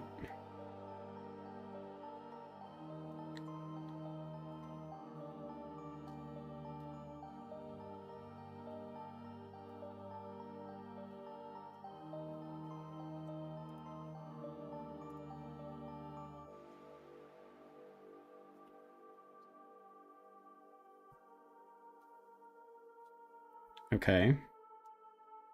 So this, if press duration, I wanted to do that functionality. I wanted to do that in a different function, but I guess this makes more sense to create those, to create that function in here.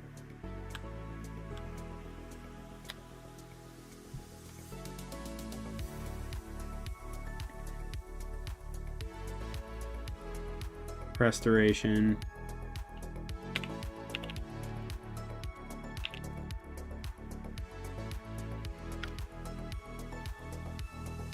Right, that makes sense. I need to, yeah, so it's the logic right now that's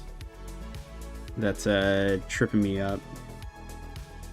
Yeah, let me yeah,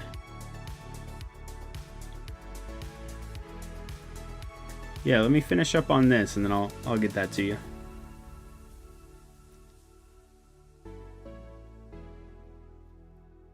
Like I said, I'm probably not your guy for this, but I'll hear you out, as I said I would. This is where the magic happens every frame. If the mouse down, we need to add to the clock. If the clock goes over your limit of 0.5 seconds, then we switch to drag mode.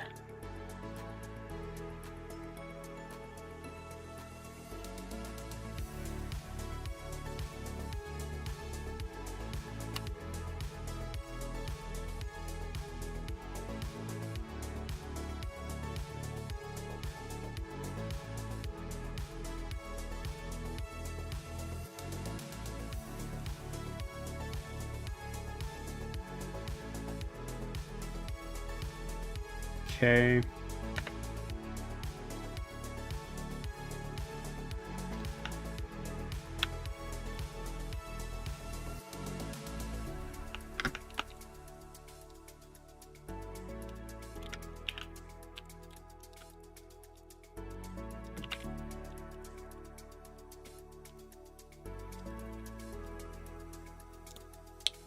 All right.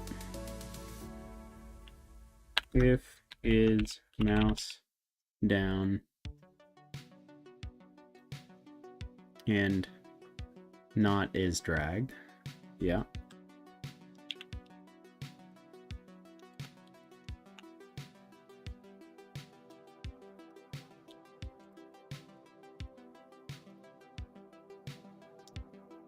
Press duration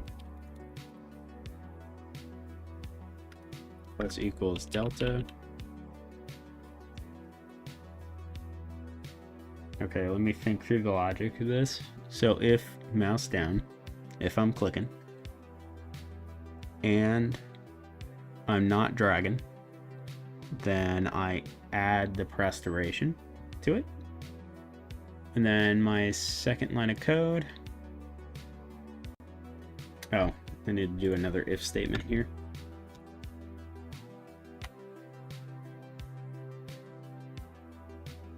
If restoration is greater than or equal to drag delay. Okay, so now that I have that, I want to do this.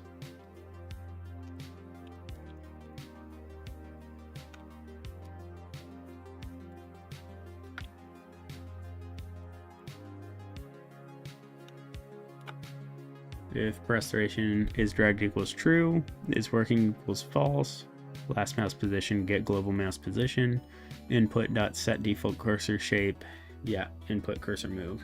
So I should have just moved that statement down here.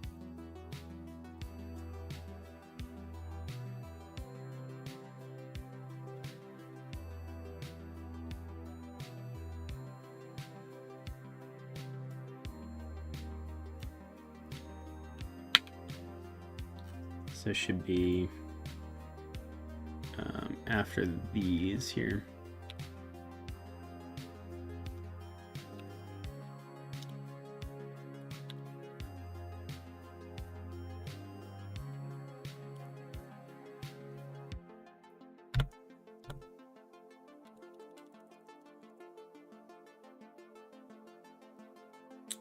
Finally, we need to handle what happens.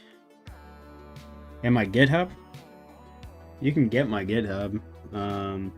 Yeah, I'll give it to you here in a moment as well. Finally, we need to handle what happens when you let go. If you were dragging, is dragged equals true. We just dropped the unit. If you weren't dragging, it drag equals false. That means it was just a short click. This is where we select them. Update your input event function to handle this choice. If you right click, move logic here. Did we let go of the mouse button? Okay.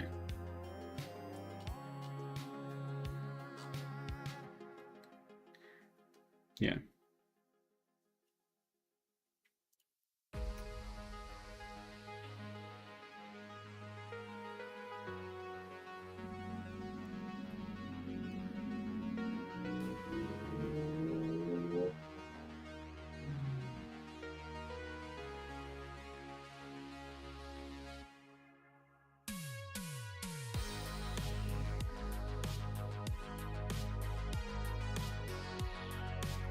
If event is input event mouse button and event dot button underscore index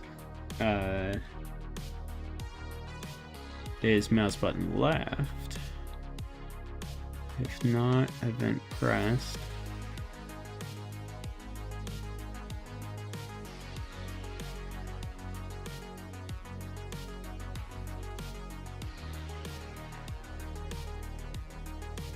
Is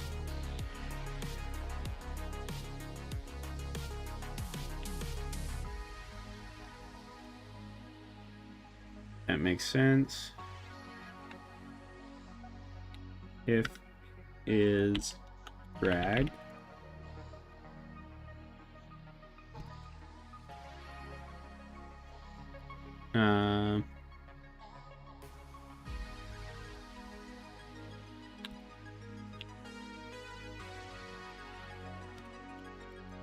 So if I'm dragging, I set it to when I release is dragged equals false. That makes sense. Oh, by the way, USA Clips, if you want to fish, feel free. We've got a couple fishing addicts in this stream, so feel free. Feel free to join the club. You can do it every 10 seconds. Doesn't bother me.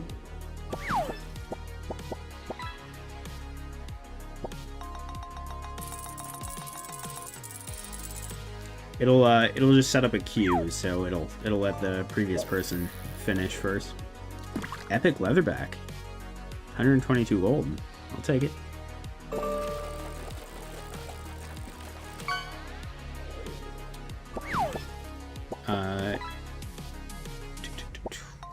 Let's see.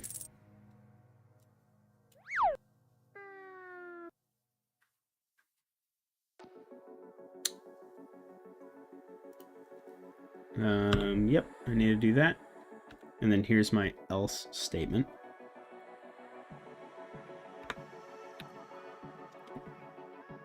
Else.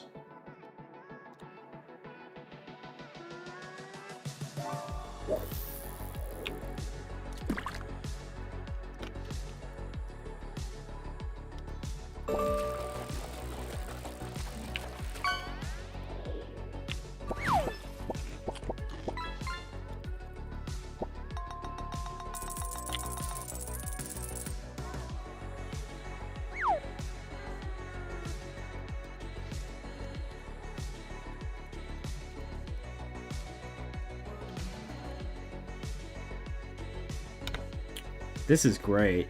This is awesome. So now I can select the unit.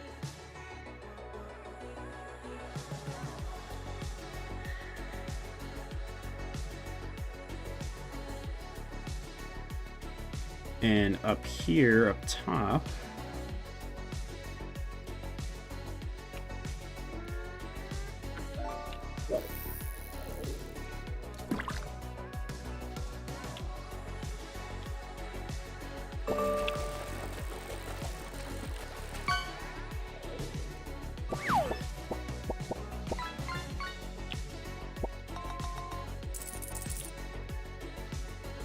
that's where you increase the time before a click becomes a drag.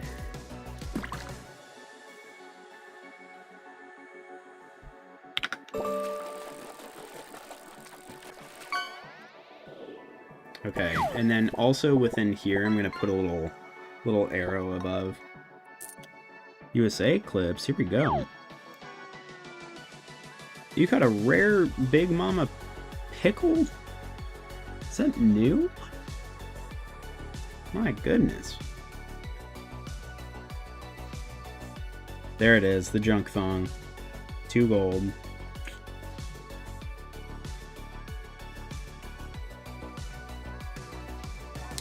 Alright, select unit function. We need it to be is selected. Equals. Not is selected.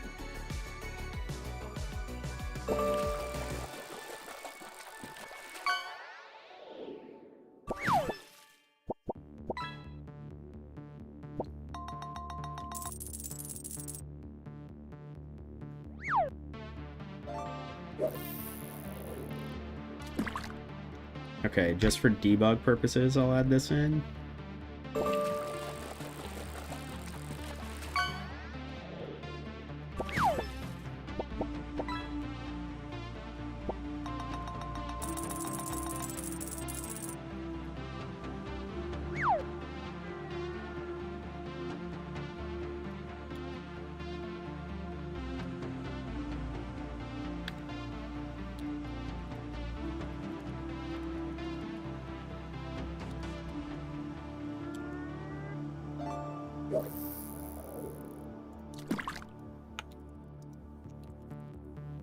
Okay.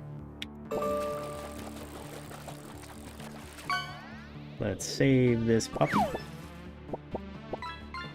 Ring. What do we got? Rare sunfish. You're getting some crazy catches to start off. Debug print. Hashtag. I guess hash that out.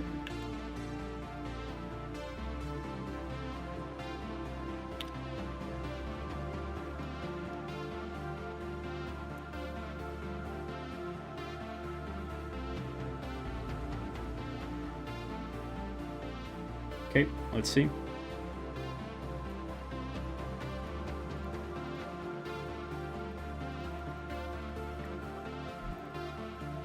Nice. Not nice.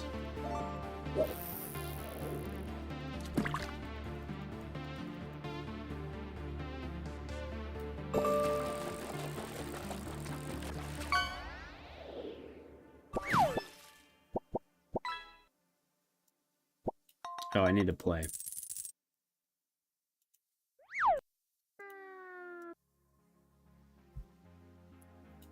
Oh, that's a fun little accident. That can happen sometimes.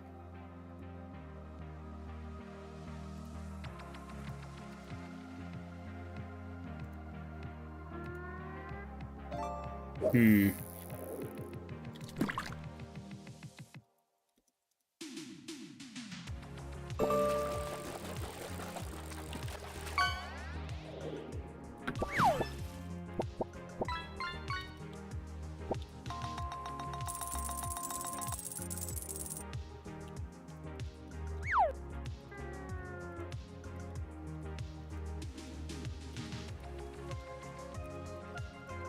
You already have 356? What in the world?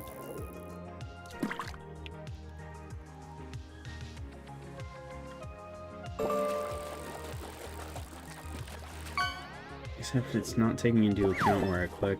It's just anywhere on the screen selects the employee, which does not.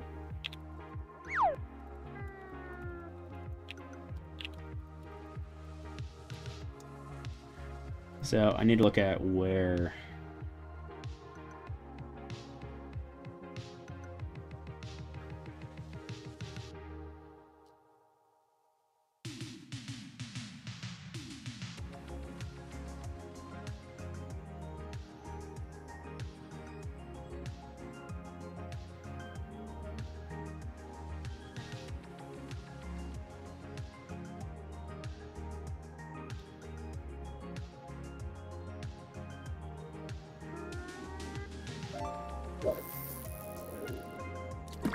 Do I have roulette? What?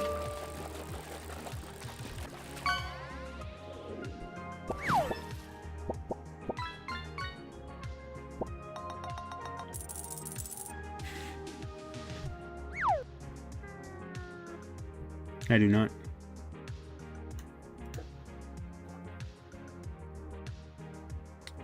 The issue is that input event is a global listener, and here's every mouse click in the entire game window. Right now, your code says if any left mouse button is released anywhere in the universe, toggle my selection.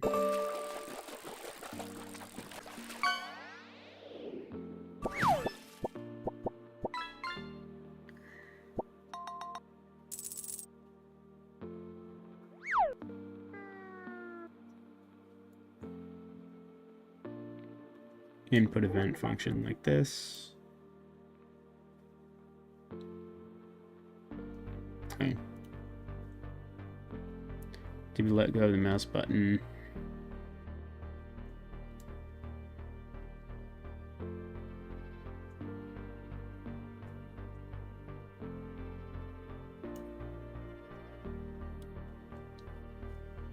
Okay.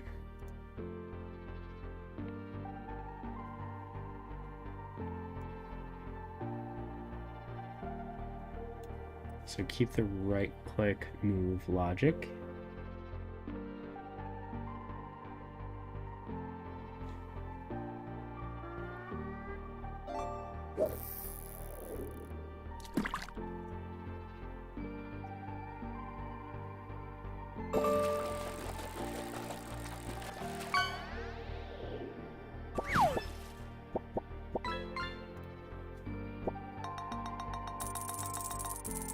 Okay, so I need to add another if statement to see and move all this out.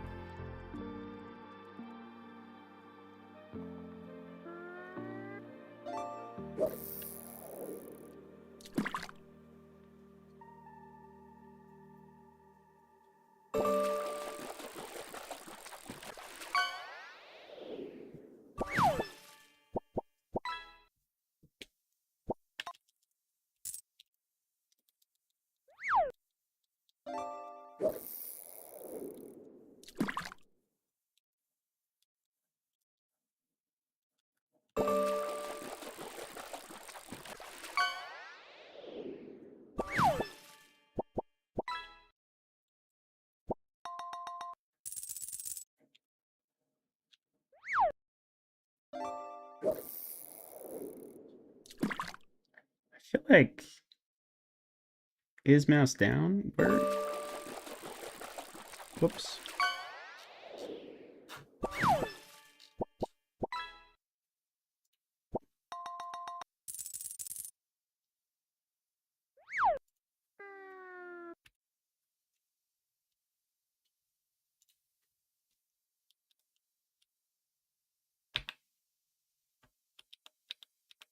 What did I do here?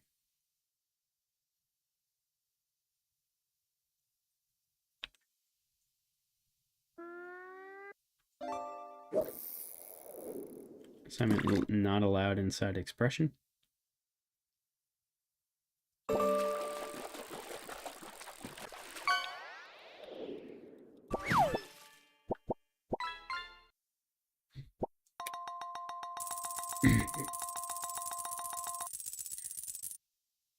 $184 gold?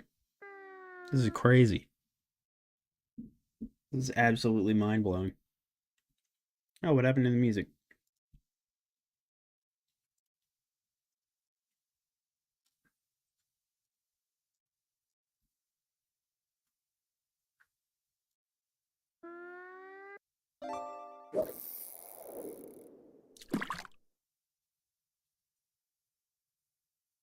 Yeah, let me send it your way.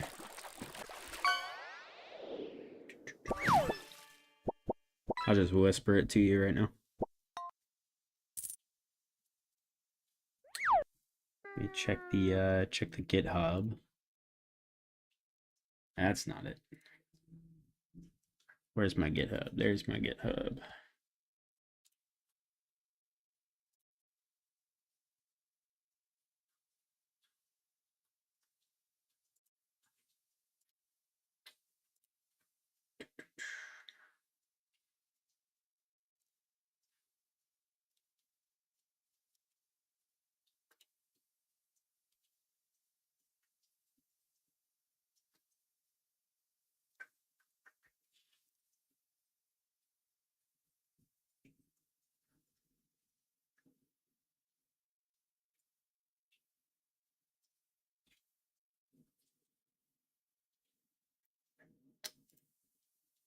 How do I share a profile on it? I guess I just give you my username on GitHub.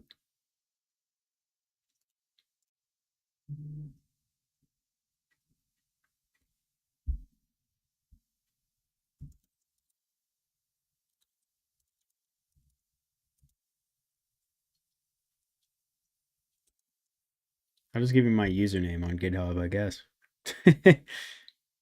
Let me check my Discord here.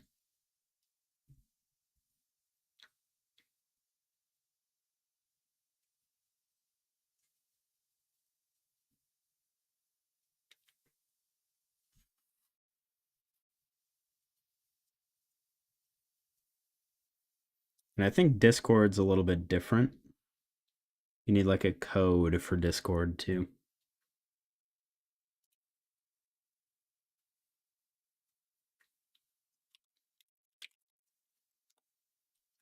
One sec, my internet's being a little funky. My Discord is anyway.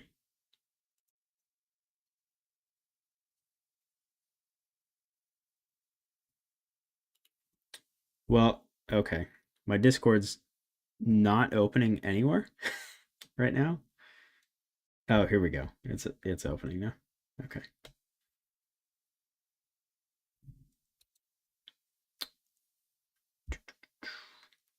I'll just post these in chat.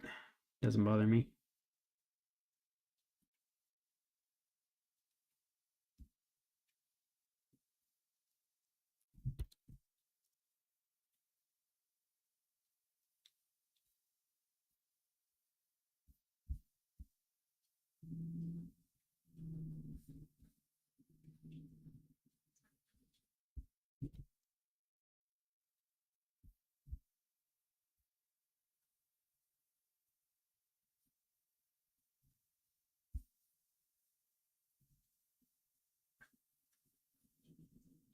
Wait, is there not a code that you need anymore? Copy username. Oh, okay.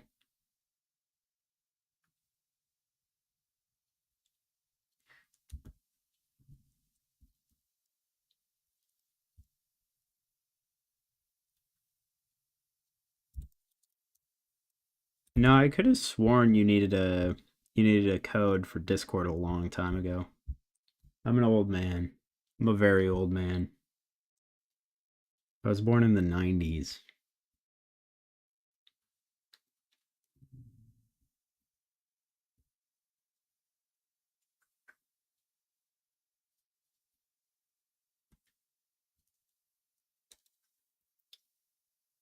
That should do it.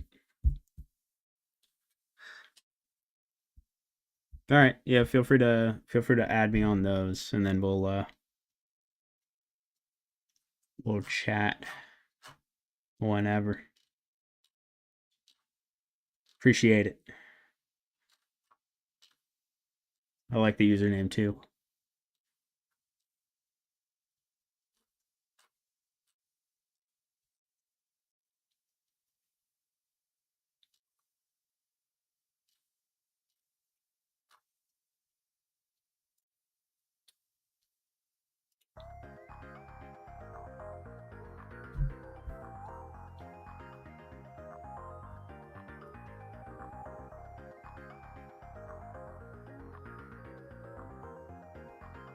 Okay.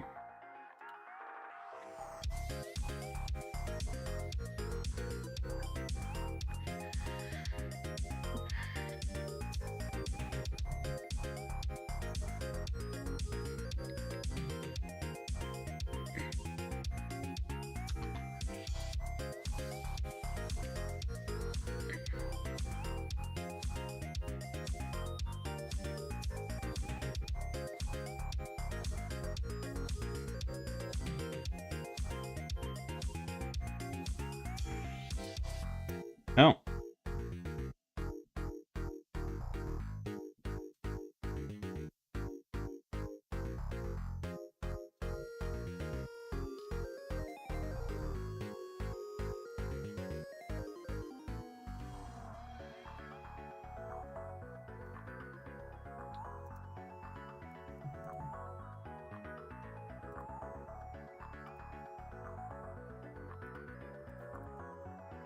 Yeah, it's still anywhere on the screen.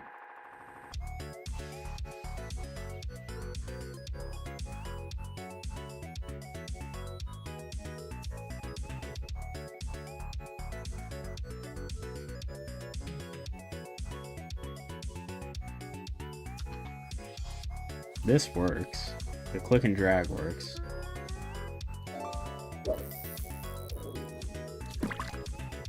When do I have time to talk off stream? Lately I've pretty much been getting home and streaming, and then I work a full-time job. So it's tricky. You just feel free to message me, and we can coordinate something.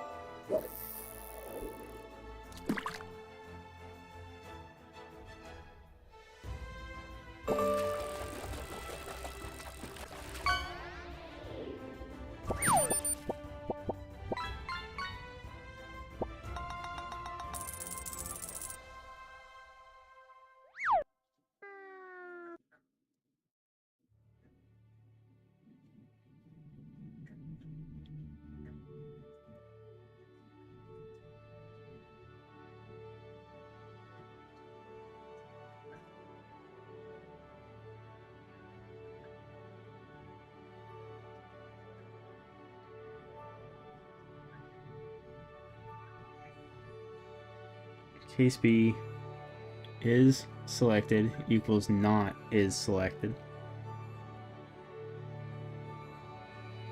Print stats.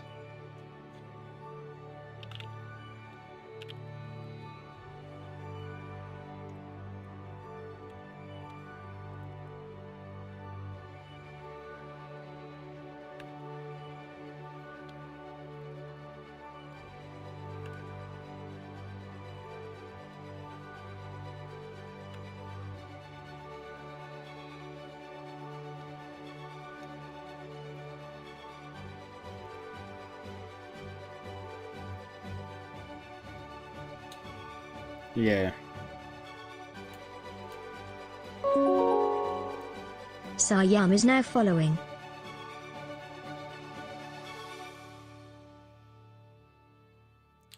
You know it. Godot. I'm learning it. I'm trying. Appreciate the raid. And the follow. Godot rules. This is my first ever time trying to make a game, so we'll see. Or coding in general. Can't chat unless we are friends. Oh yeah, I got you.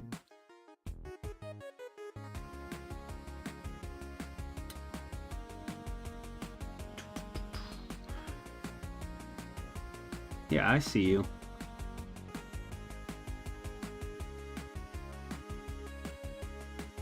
There you go.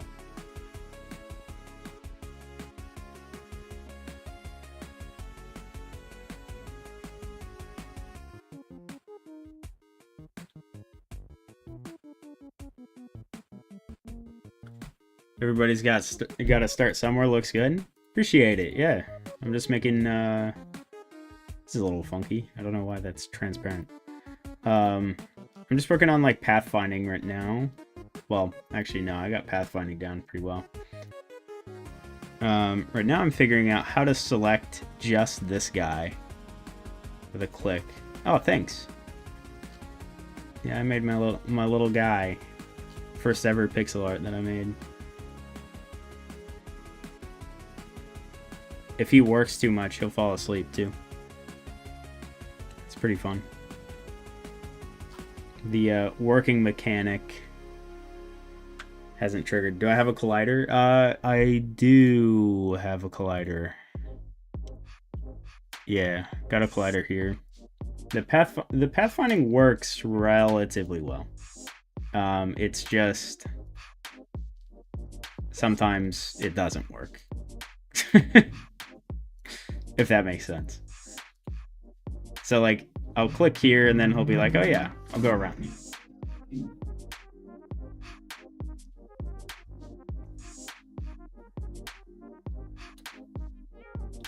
Oh, you're talking about a collider for him, yeah. No, yeah, exactly.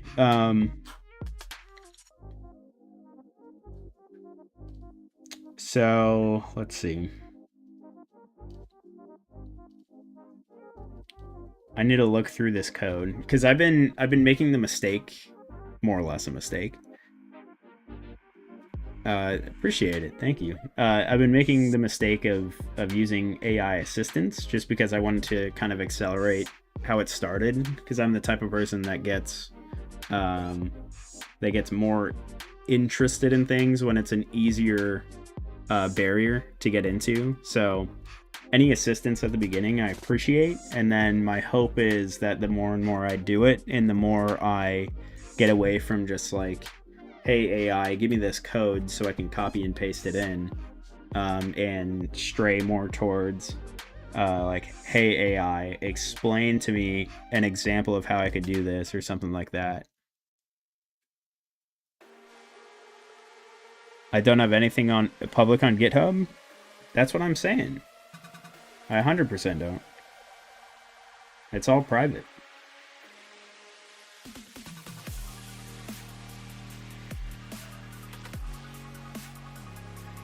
Who knows? Maybe I'm making the greatest the greatest game of all time. And I don't want people stealing my perfect AI written code. We will see. In like 5 years when I come close to finishing this game.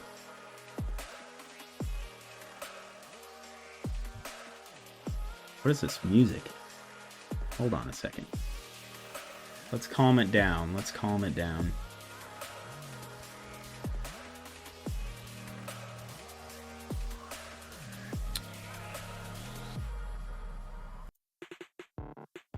There we go.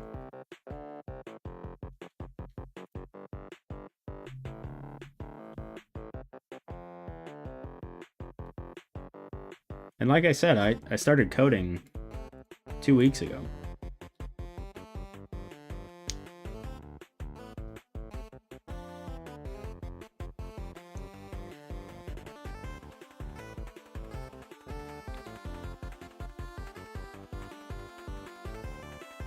Let's go. Feeling good. We've made it. I got a GitHub follower.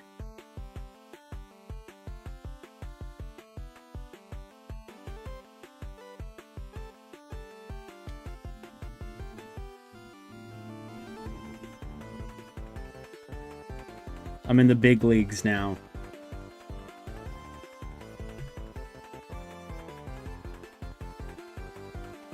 You missed the last 5 minutes. Hey, no worries. No worries whatsoever. I switched up the music. The other one was getting a little bit too intense for me right now. Gotta keep it chill. Gotta keep it calm. Because we're just code, you know? We're just typing letters on a screen. Seeing what works, what doesn't, you know?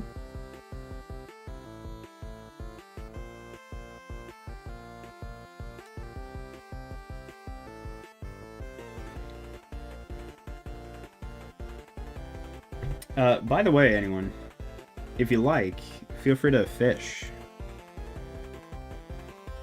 You do exclamation point fish, and it'll do a fun little animation. It'll tell you what you get. I just stand the code more or less. True. 100%. Yeah, that's the goal. That's the goal. Right now, I actually reached my limit on it, so if I want to keep going, I'm having to utilize like the docs and things like that. So I'm going through this right now and trying to better understand what I've written down here.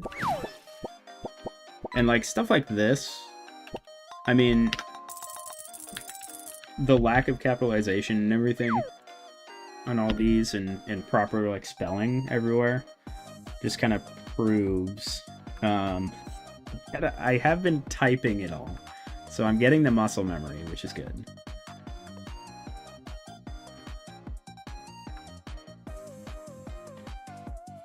Exactly, yeah, that's the thought. And Google Gemini, I understand AI is extremely controversial, and I'm on the fence about it. But I have been using it. The lesson is I need the right kind of learning. Yeah, Google Gemini has something called guided learning, to where it doesn't outright give you the answer, but it kind of helps you there, right?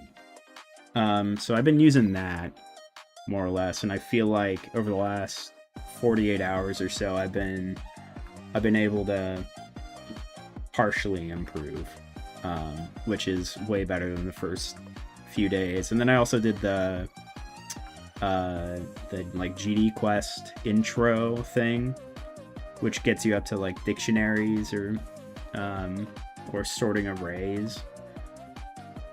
The University of YouTube. University of YouTube is good. There's a lot on there. GD Quest mentioned?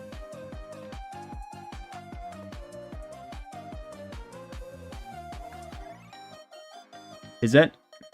What? What? What does that mean? Did I say something wrong? It was kind of funny. I just have a dry sense of humor. So it's hard to get a like full-on laugh reaction out of me. But maybe one day. Okay.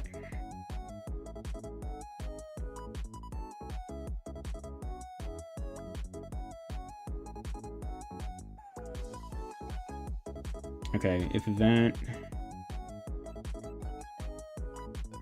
is selected equals true, is selected. I need to check my variable for is selected.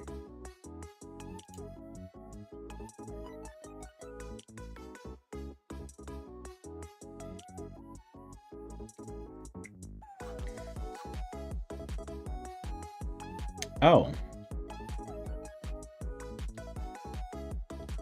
Wait, where is...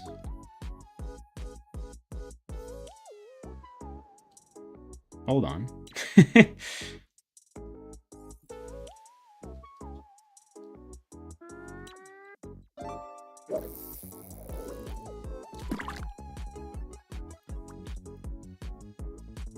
All right, hey, no worries, USA. Thank you for sticking around. Hopefully, you know, I'm mildly optimistic that I might be able to help, but at the same time, I'm extremely busy and things are getting busier at my day job right now. So, if anything, free time is going to be taken away from me from that. But hopefully, I'm able to help out. But if not, I know there are huge communities of people that if you write in forums and things like that, they'll be able to help you out. There are programmers always looking for new projects that have a lot more experience than I do. Let's see, get where the mouse is right now, calculate velocity. Yeah, that makes sense.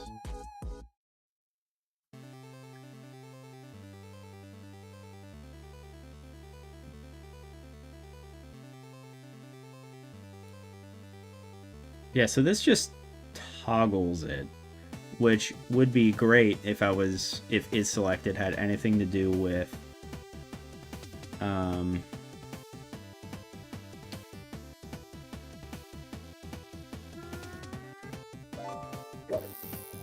being on top of the player. Let's see. Input clickable equals true. Yes, yes, yes. So in processes, I always want to be checking the mouse location, I guess. Ooh, what'd we get? What'd we get? A common trout, 13 gold, 83 gold. Not bad. Almost triple digits, almost triple digits.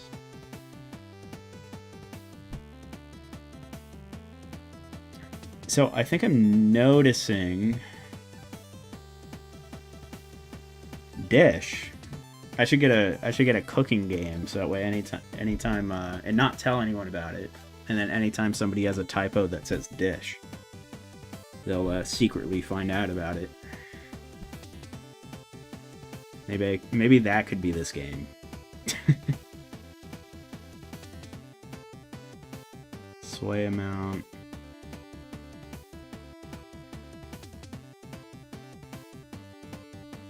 Yeah, I don't have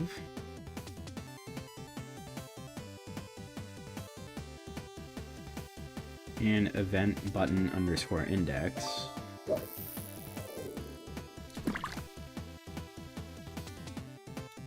Hold on.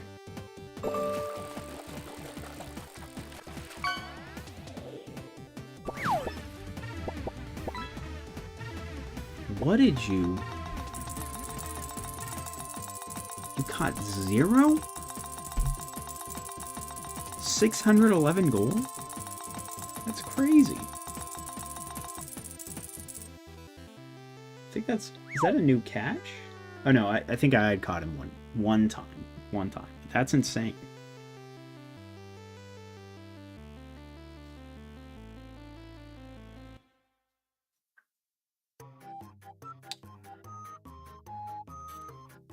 So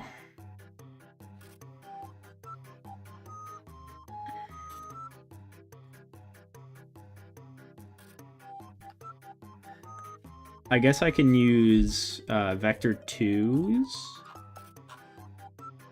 to try and locate this guy. Let's see. So collision.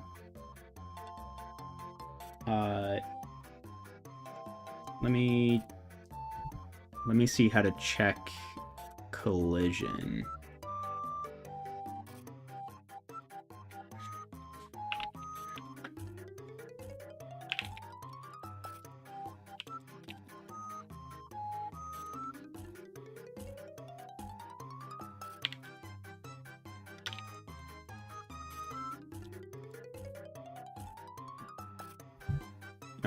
Let's see.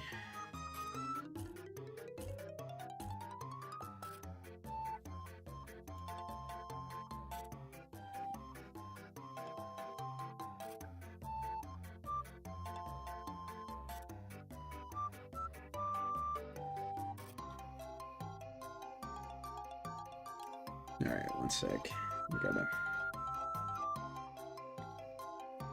I guess it doesn't matter if I'm hovering over him or not. Using rigid body simulated physics, no.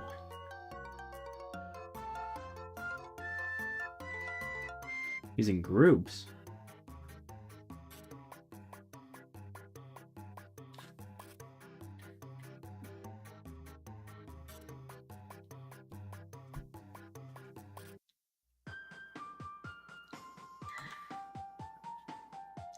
I don't need to use groups.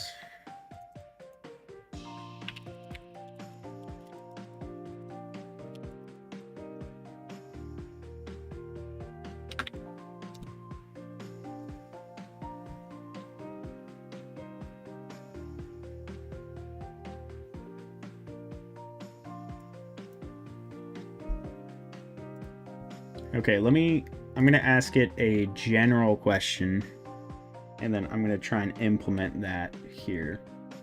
So let's go into a new chat.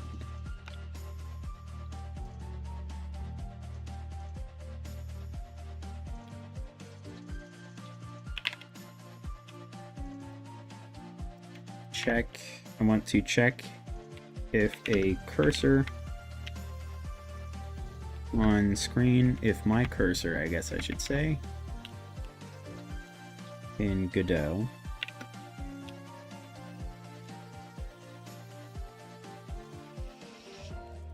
I want to check if a cursor in a Godot game I'm developing is colliding with a collision shape 2D.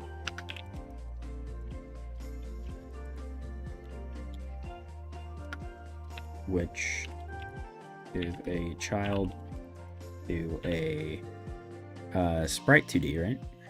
Or character body 2D.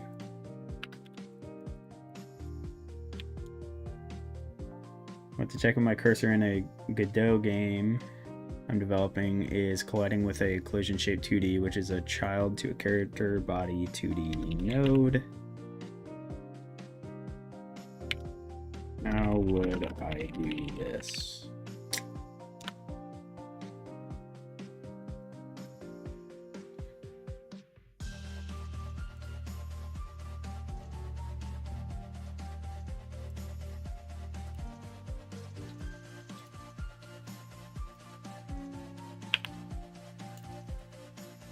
Okay, guided learning is turned on, so it's going to help me think through this. Let's see.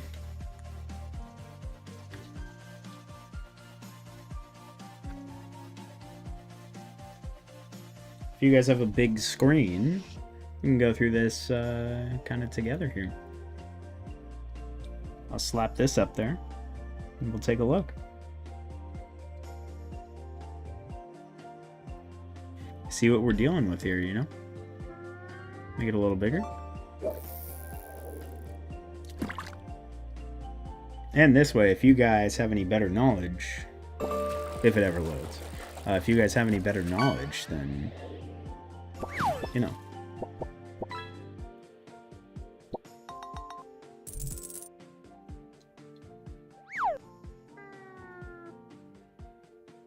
I don't know if it's ever gonna load. Hold on, let me check. Let me check something.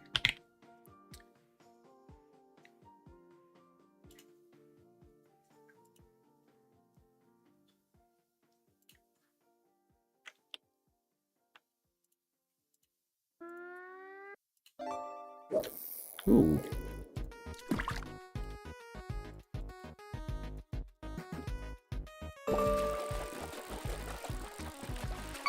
Why are tools not showing up?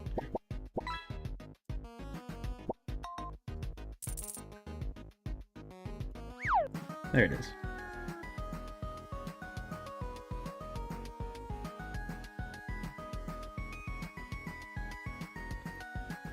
Okay. It's get your cursor interacting with that character. Since you are using a character body 2D, we are dealing with Godot's physics game, which will require a specific setup to recognize the mouse. For a physics body to detect the cursor, we first need to make sure it's actually listening for input events. It is set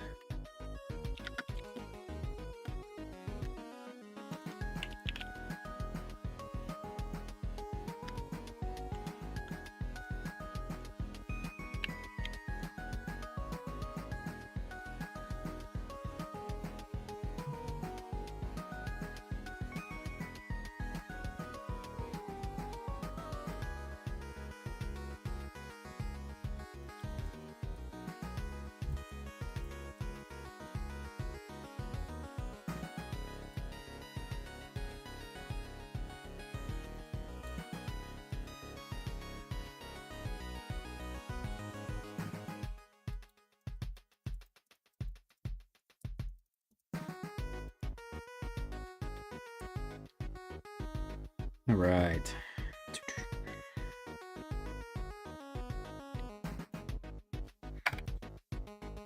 It is set to input pickable.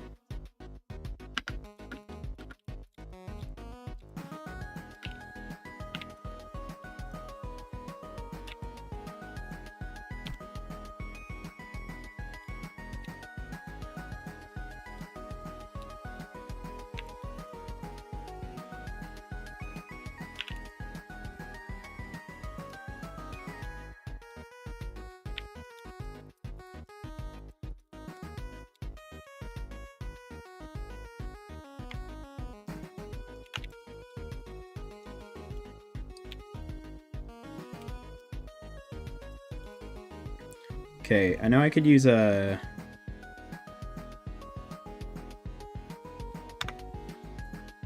I know I could use the vector 2 properties from it to do it, but that just seems overkill when... you don't need to manually calculate collisions, you just need to listen for the notifications. The engine sounds... Okay.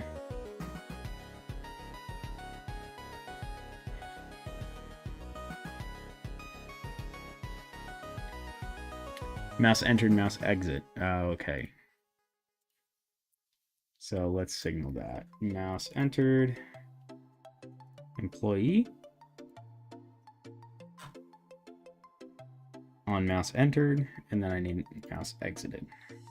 Oh my god. That would have simplified this so long ago. And this is the problem with AI. Let's see.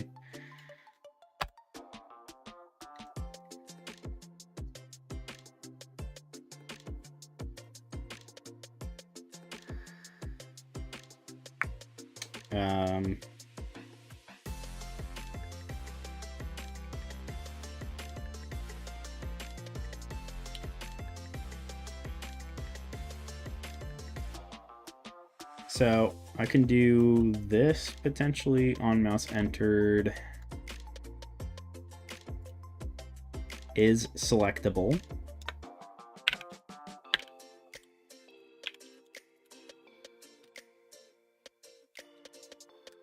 Whoops. Okay, on mouse entered is selectable, bool equals true. And then... Oh, whoops. Why am I doing this?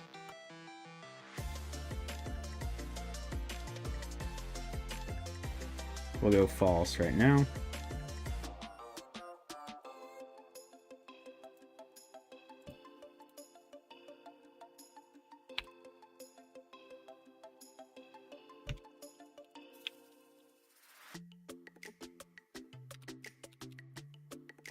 So this seems unnecessary. Feel free to tell me if this is necessary or not.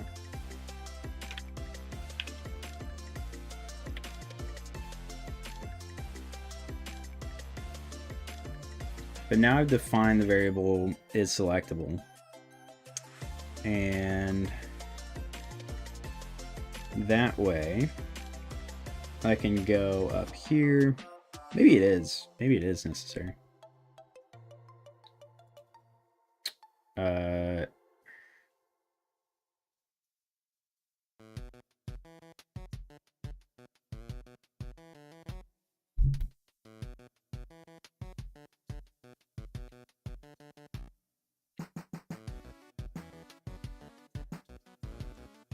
So if event is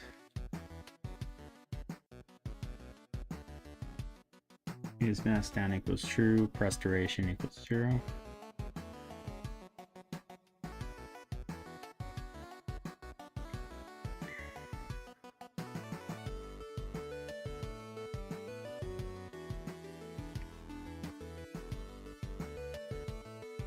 Okay.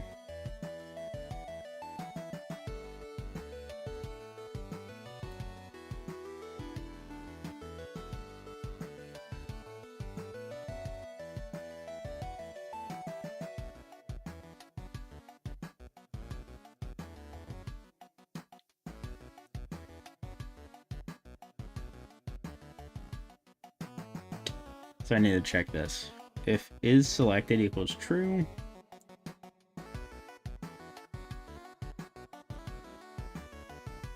so where do I toggle the is selected?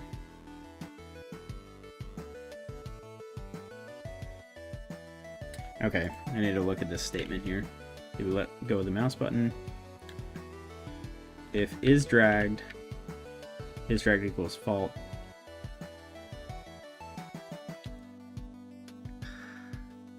So if I change this to an elif,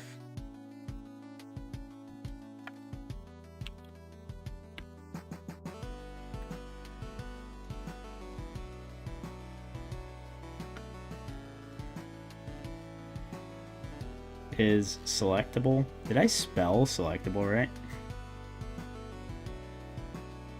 And it needs to check.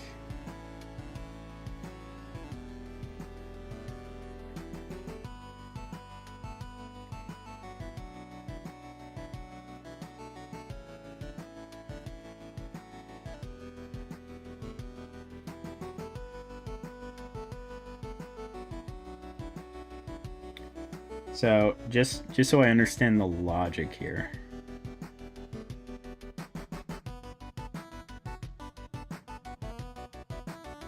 We let go before the drag started.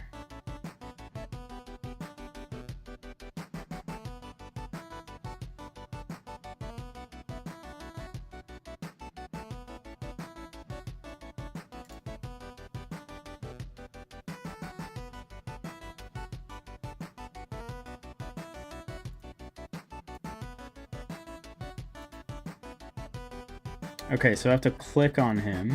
Okay, let's see. Let's play this. Nice. And then if I click on him, he's selected.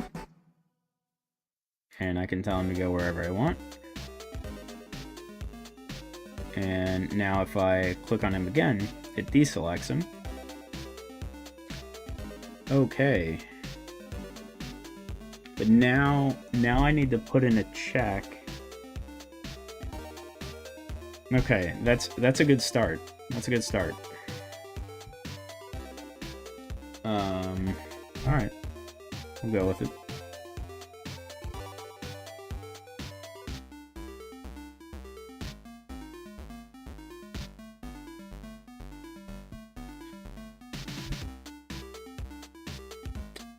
And then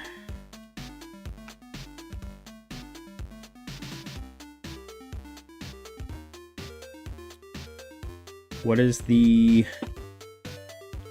way to show and hide a sprite 2D note?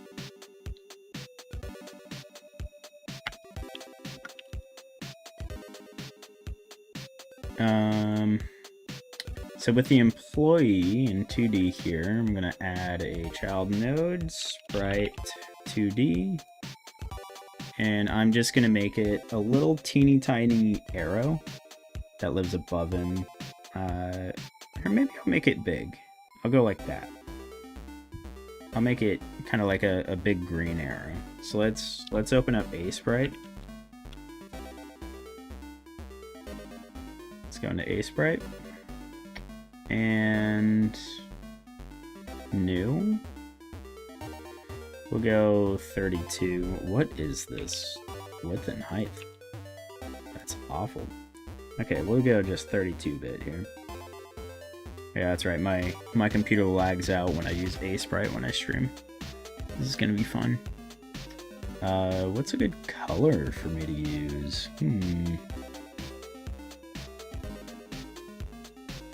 Kind of want it to be kind of matching the shirt, or not at all. Maybe I could make it be like a green. Let's do a green. I like the green idea. And I'm literally just gonna go like this. Create a point. And then I feel like that's gonna be way too complex. I'm gonna go here and here. And then I can just go like that. All the way across. I could also probably just download like a PNG, right? In theory. Whoops. It's eraser E, of course it is. And then brush is B. B. Pencil tool. It's B. Don't like that as much. Okay, let's go back. Erase these.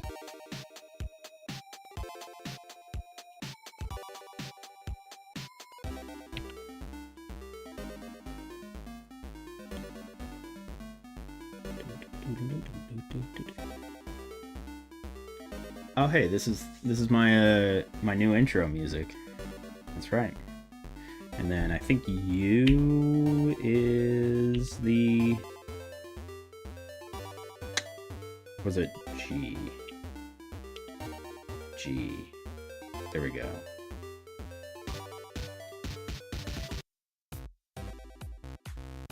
Okay, and then this is a little bit too wide, and that would kill me.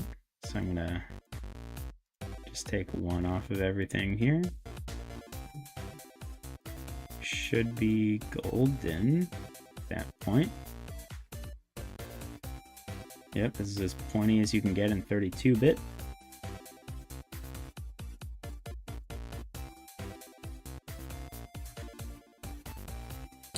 Okay, there we go. And I kind of want to make it stand out a bit, right? So if I give it a black border, let's see. What? Oh, eraser tool. Okay, let's just, perfect. And then we go down like this.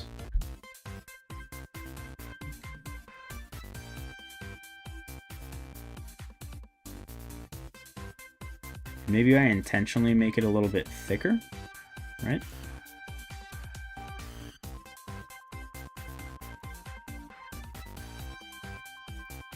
Yeah, I think I stair step the whole way up this side, so I go like that.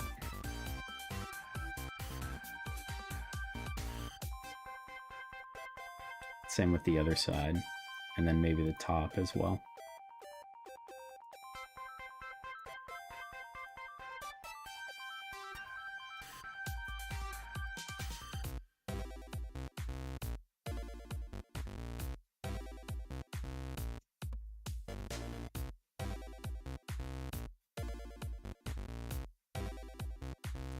Yeah, that looks like I could use it as a selection, as like an indicator, right? So we'll go ahead and call this a sprite sheet and export it as a sprite sheet. Document sprites, output file, export, beautiful. Okay. Cancel, file, save as, input arrow. I think I forgot to name the other one. So let's load that in. Documents, sprites. I'm going to change the name of this as well to in selection arrow.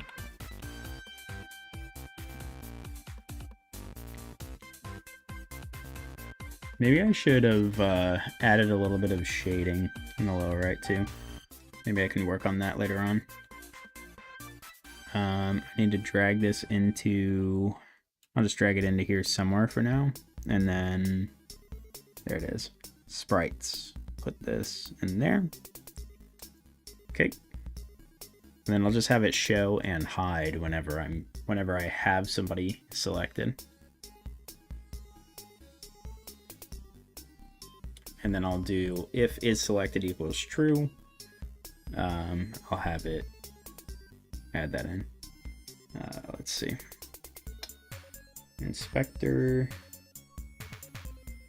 Texture, I think I need to do canvas texture?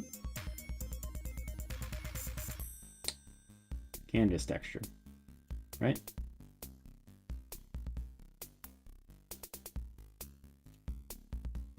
Nope. Nope. Maybe load. Just load the sprite. There we go. Okay. Where do we want to put it? I think right here is fine. Because it'll follow him around for sure.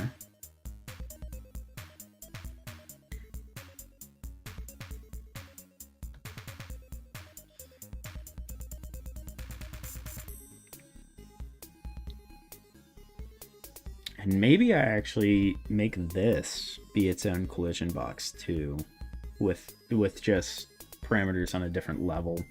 So that way you can grab him from there as well. But that'll be something I'll think about later. For right now, I want to change my script to add in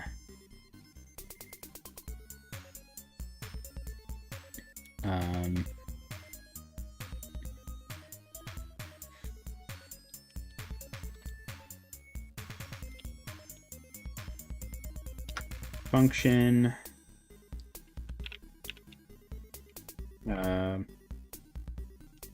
selected indicator. Okay. If is selected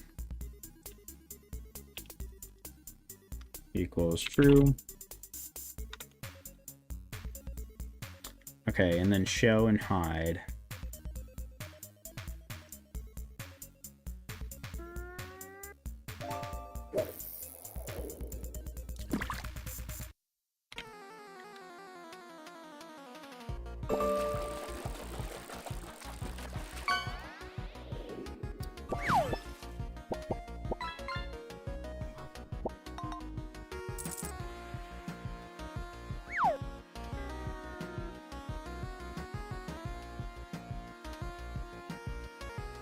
Okay, so I need to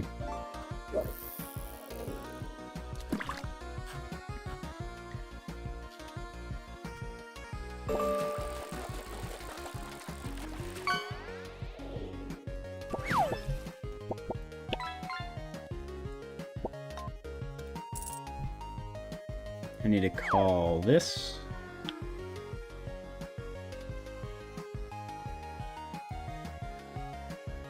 Yep, and that's a good spot.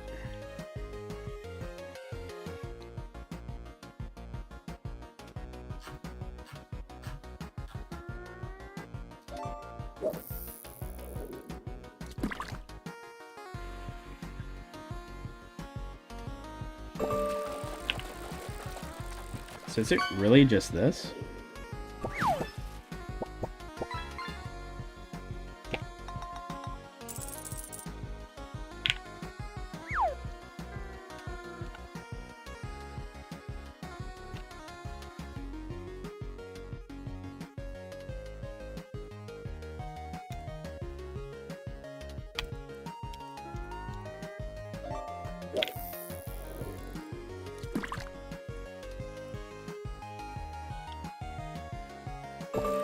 If is selected, there needs to be a check. You got a duck? Rubber ducky? 97 gold. That's a new record. That's pretty good for a rubber ducky.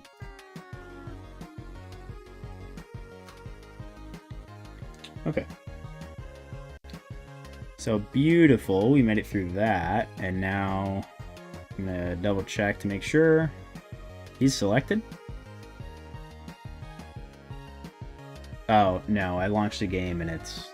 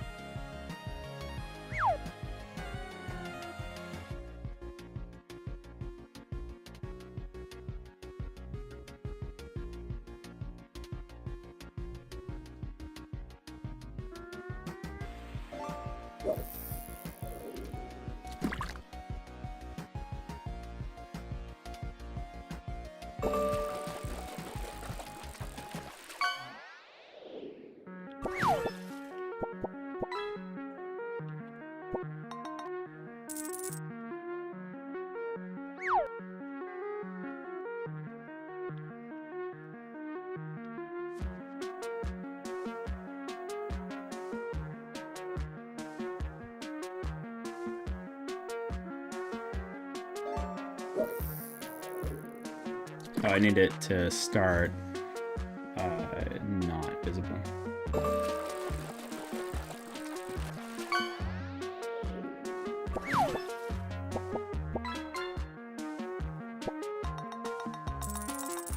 Intern selected true. Is selected? Is that not a variable? Is selected equals false?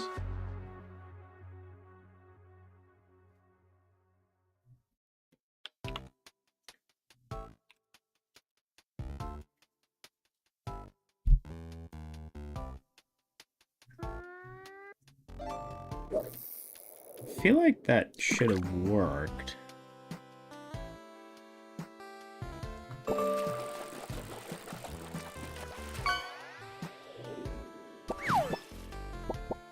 Selected indicator. If is selected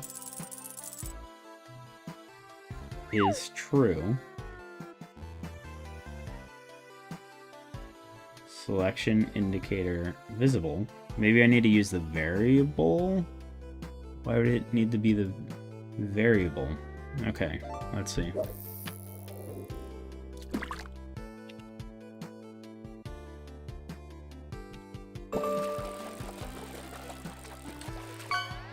Let's try this.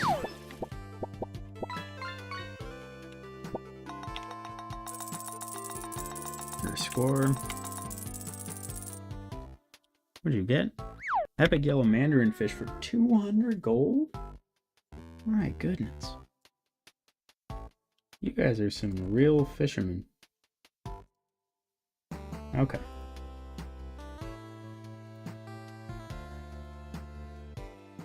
Okay, I need to make sure the game engine is running.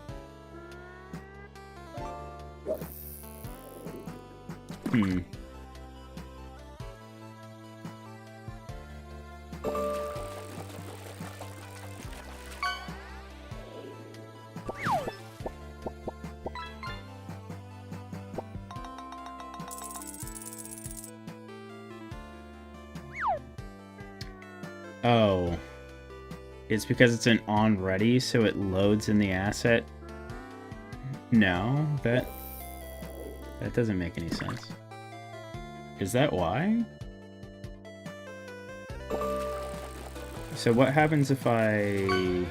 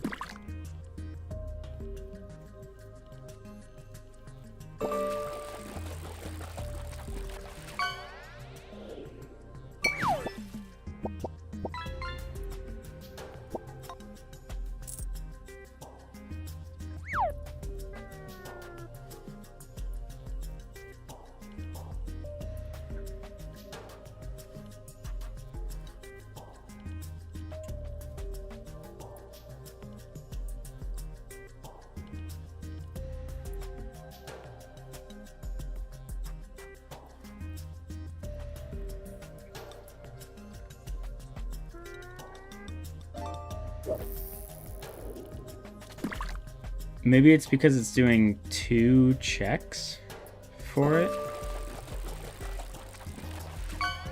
So under this code here, and I'll fix that at the bottom, but if is selected equals true, so if event is input mouse button and event button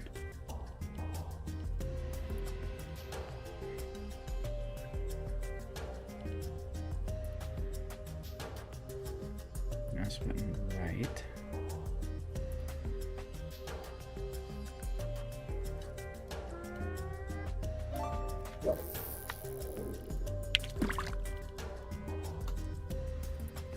selection indicator visible equals true.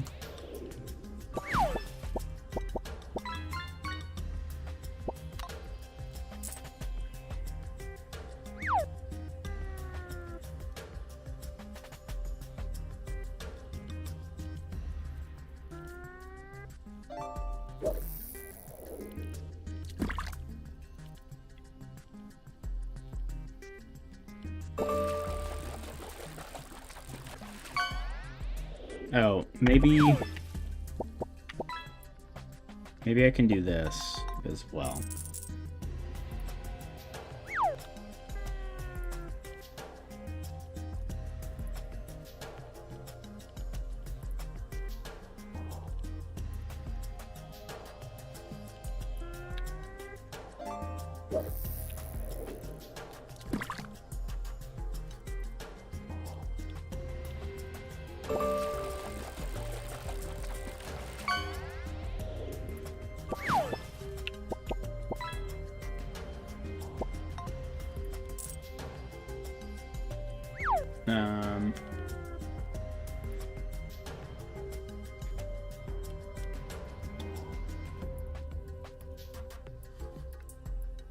Yeah, and let's try this too.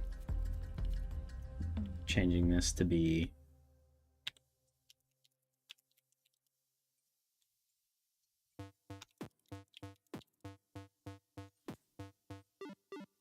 Am I not getting annoyed by the fishing sound? No.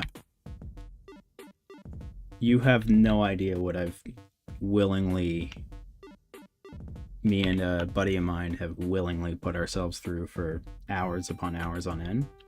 Tuning things out is the greatest skill I have.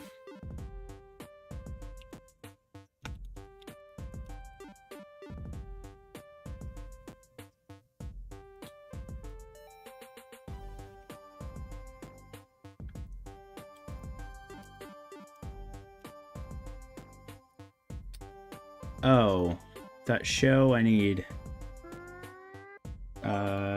the, yeah.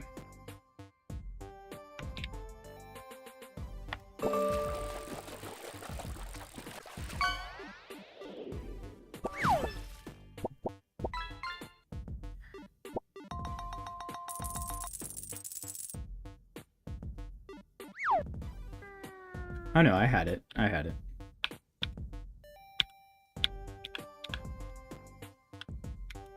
So this, in theory, should do it. Okay.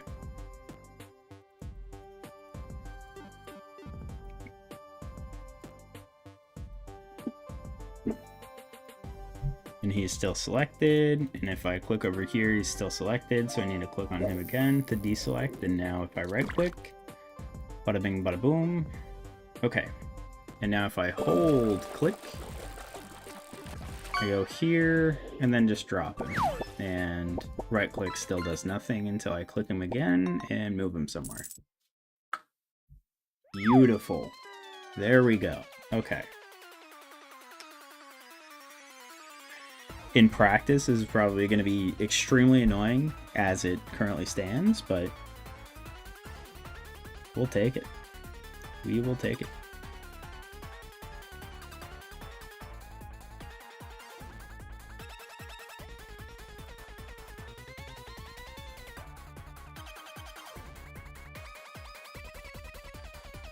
Okay, and then I know in boss fight music, oh, you know what that means.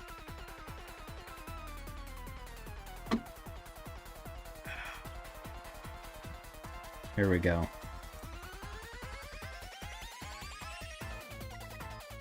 Actually, I don't know if you know what that means, which is totally fair.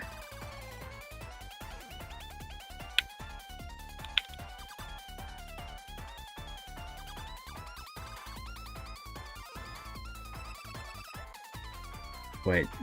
Oh no, it's because they're using him as the as the root. That's really funny.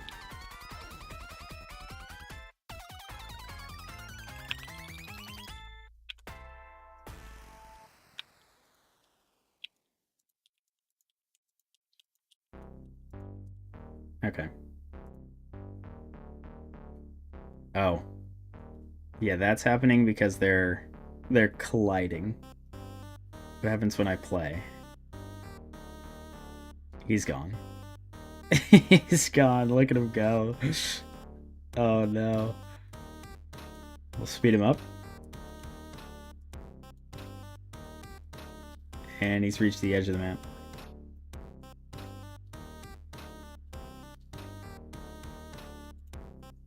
Oh no. There he goes. We'll see him fly by here. Yeah. There he goes. He's having a sweet time. Oh, where is he? Yeah, there he is. Okay. Well, that's not the ideal scenario.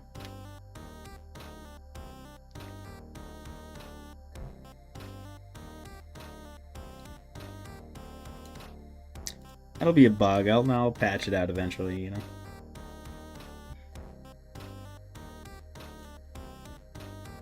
Okay, but in all seriousness, just to test out this theory now, I'm going to move this guy over here.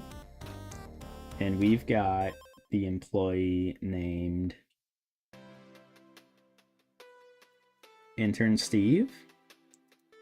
And then we also have the employee named, hold on.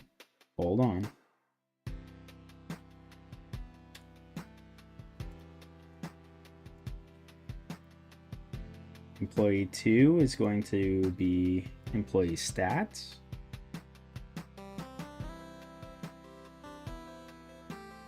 Wait, what?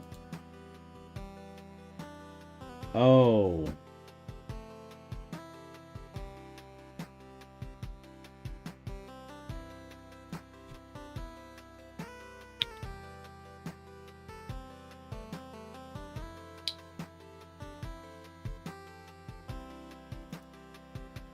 Here we go. Here it is. I had to click on that, and then I can change it. So intern number 2. Does that change? Does that change that? Let's see.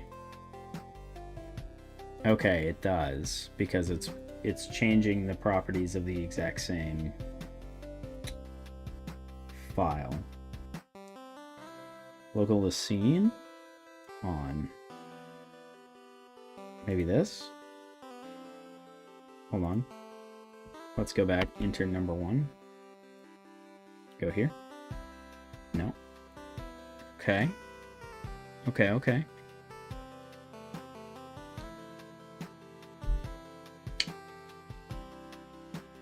We'll undo that.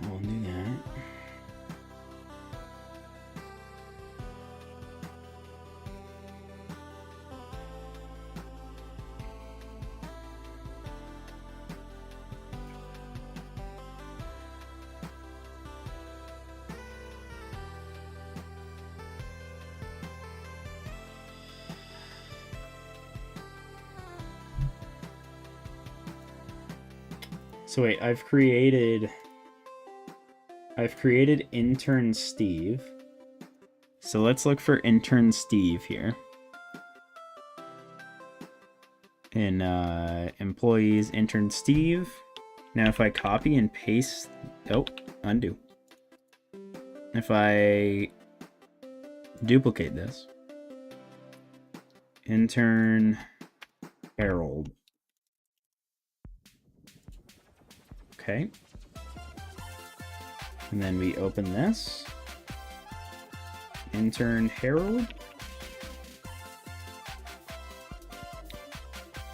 Okay, and then intern Steve. It's going to be intern Steve. All right.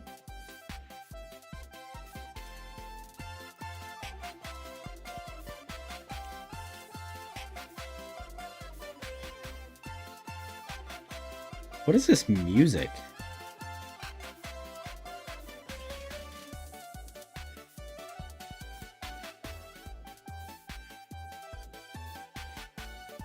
Okay, they're both intern Steve, which makes sense. That's intentional right now. So if I go to employee 2, and now I drag in intern Harold. Now, hold. I'm looking at you. You're the one. You know. It actually says it. You could tell him. Flying kerfuffle. Okay. Intern Harold selected true. Intern Steve selected true. So I can move 2 at once. I'm gonna reset this to 1 and then hit play. Fantastic. Now they're hanging out. Look at them hanging out. All right. Now I just want Harold over here. Now hold on. Steve can join him. Bang.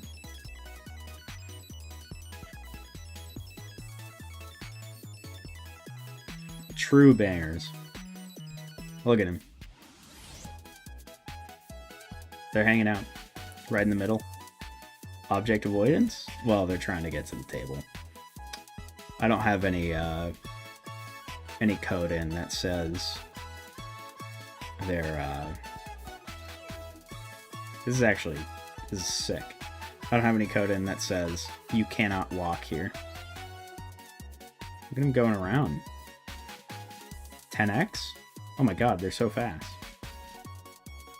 And I'll click.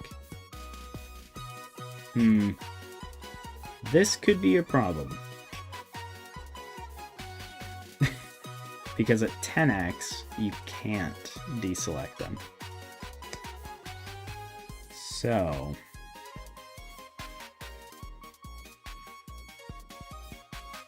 I just have to change the way that the time is calculated there, or I can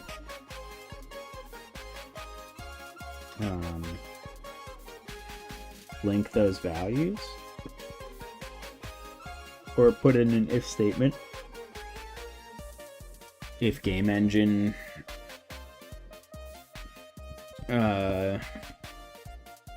what was it? I need to check that variable.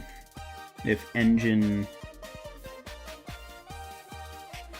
something, hold on. Engine dot time underscore scale. That doesn't seem right. Maybe it is. I think it is actually. Let's check the HUD just to make sure. Okay. So engine time scale. If engine time scale equals 3,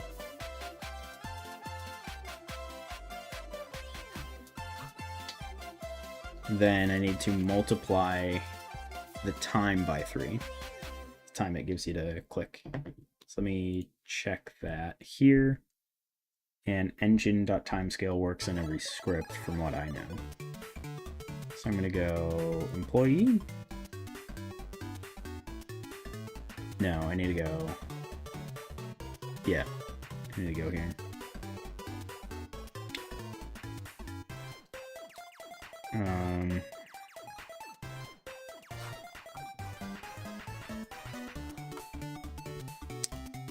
Function fix drag drag delay scale if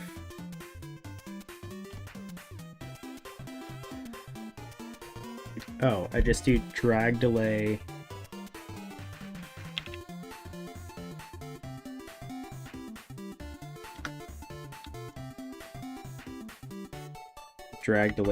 times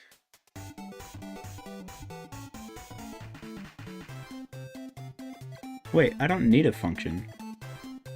I just need to multiply it in the variable by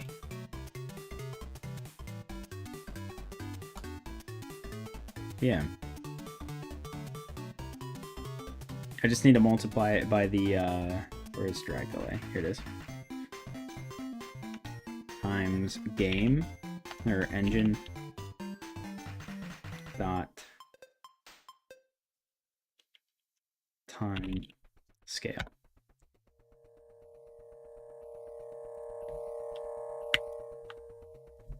And now, in theory,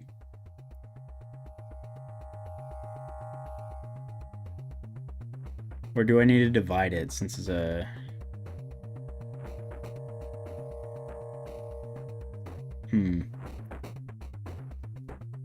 We'll see. We'll see.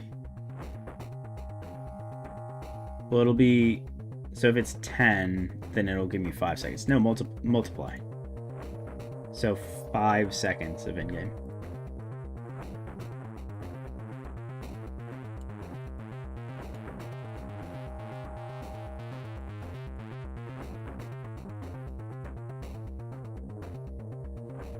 Okay, why didn't that work?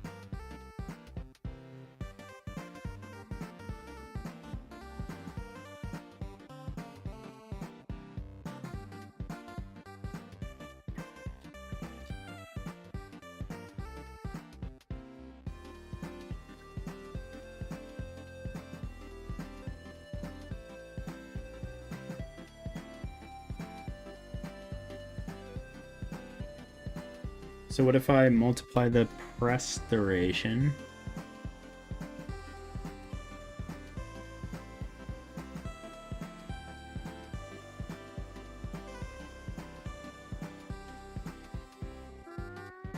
By the... no. It should be this. So let me go here and not export that because I don't see any reason why I'd have to. And then let me check this one more time. You get an epic sponge. Hey, it's epic. That counts.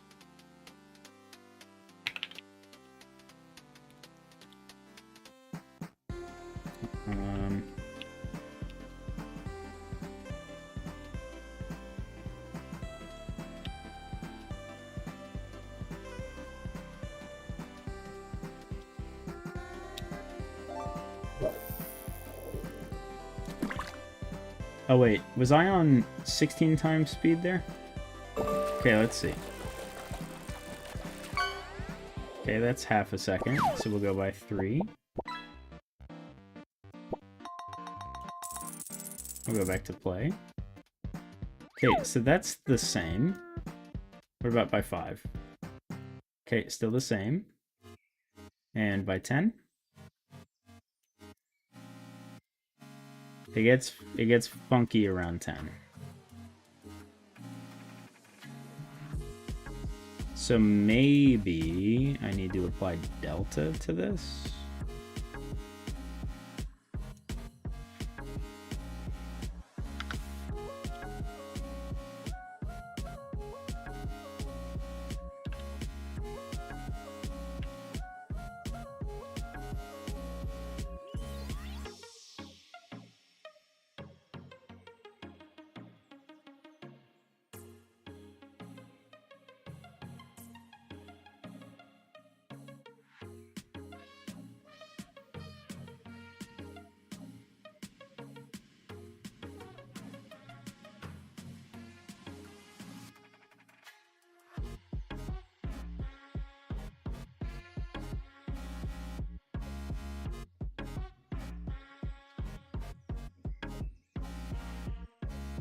Or do I just multiply by delta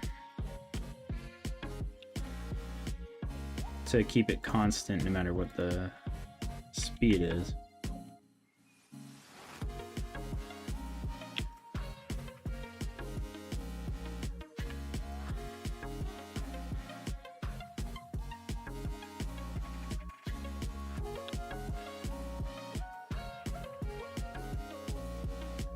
Because it seemed to work.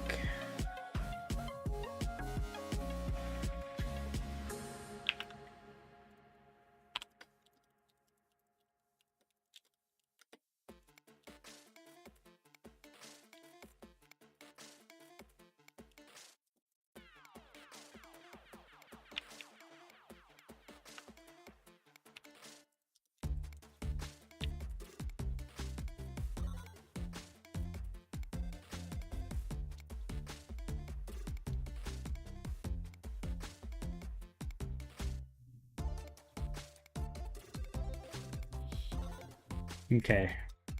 Once I figure this out, I think I'll be heading out for the night. But I'm starting to learn.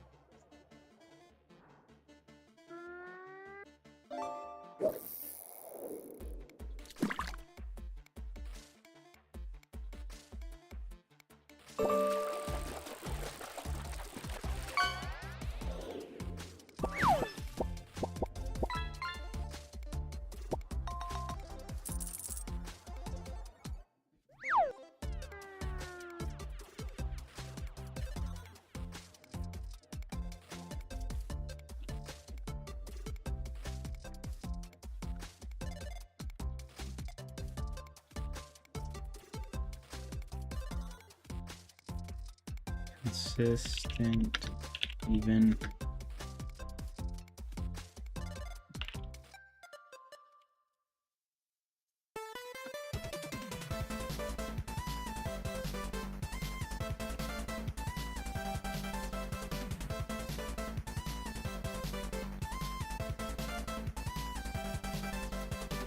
Let's see.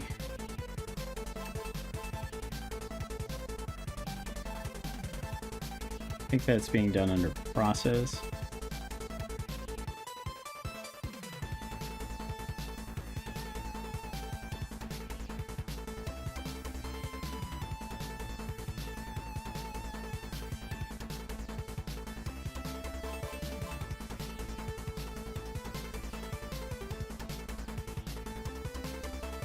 Okay, let's find it. Drag delay.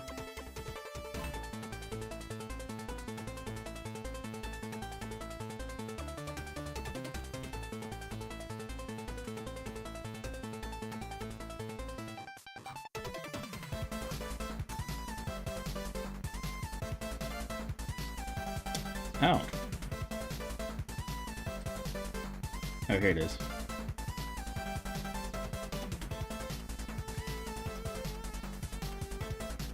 This is why.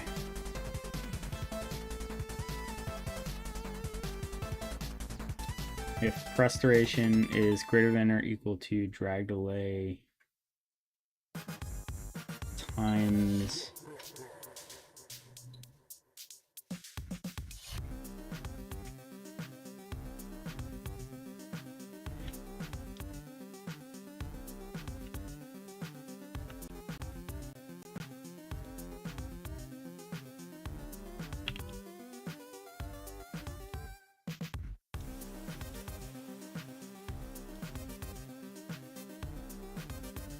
let's see if that does it.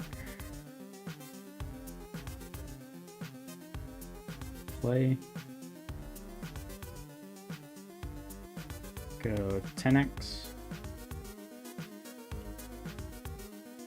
There it is. Okay.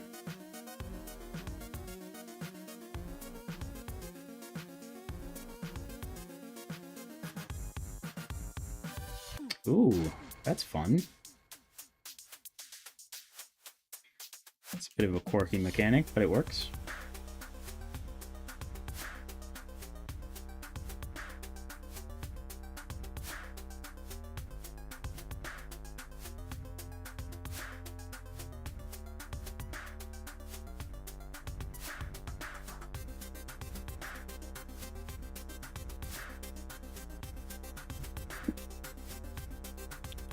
All right. Well, we got that to work. I'm not entirely sure what I've accomplished today, if I'm being honest, but I accomplished a good amount. I got a, actually, let's see. Let's review. See what I did. I got the selection indicator made. I made it so multiple employees can be independently controlled. I created the HUD today. And the HUD accurately counts when you hit play. And it's at 1 minute per second, which I feel like I should increase that to maybe like 3 minutes per second. But for right now, or like 5 minutes per second. For right now, that's not bad.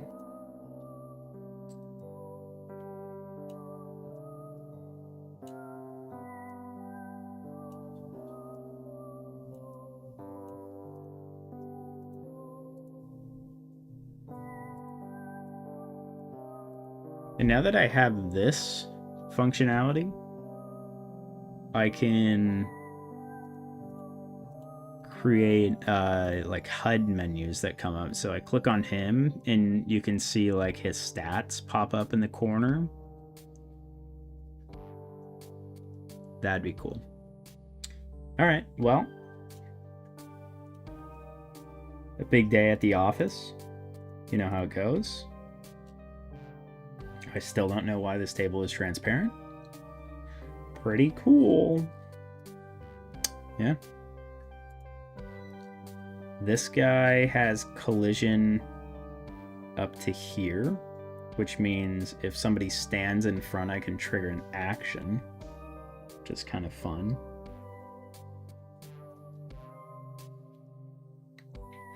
And I can also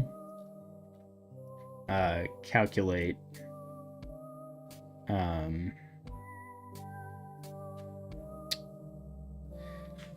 tell them to move to a certain location. So I've got a lot of mechanics still I want to work on for the game, but this is coming along. It's pretty cool.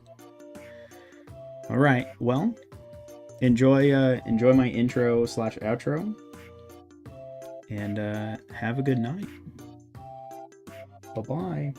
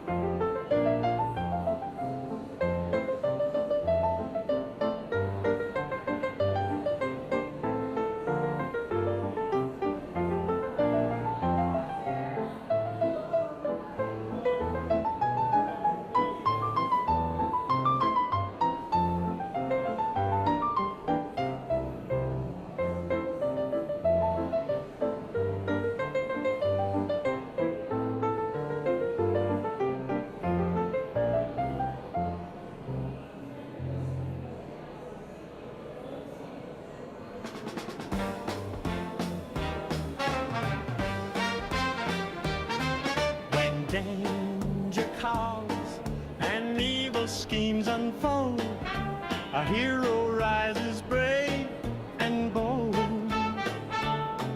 With science and his intellect so true, Dr. Squibby's coming through. Dr. Squibby, Squibby, the nerdiest hero you'll ever see. Dr. Squibby, Squibby, Fighting crime with his PhD, with lab coat flowing, gadgets flying, no villain can escape his trying. Dr. Squibby saves the day. From classroom halls to city streets above, he battles foes with nerdy love. His calculator can stop a speeding train. His pocket protector shields from pain. Dr. Squibby, Squibby, the nerdiest hero you'll ever see. Dr. Squibby, Squibby, Fighting crime with his PhD, with lab coat flowing, gadgets flying, no villain can escape his trying. Dr. Squibby saves the day. When all seems lost and hope grows thin, just call his name and he'll rush in. A PhD in heroics, that's his way. The geekiest guy who saves the day. Dr. Squibby, Squibby, guardian of both lab and street. Dr. Squibby, Squibby, the hero nerds all need to meet, with glasses gleaming, brainwaves blazing. No evil plot will keep him lazing. Dr. Squibby saves the day. Dr. Squibby saves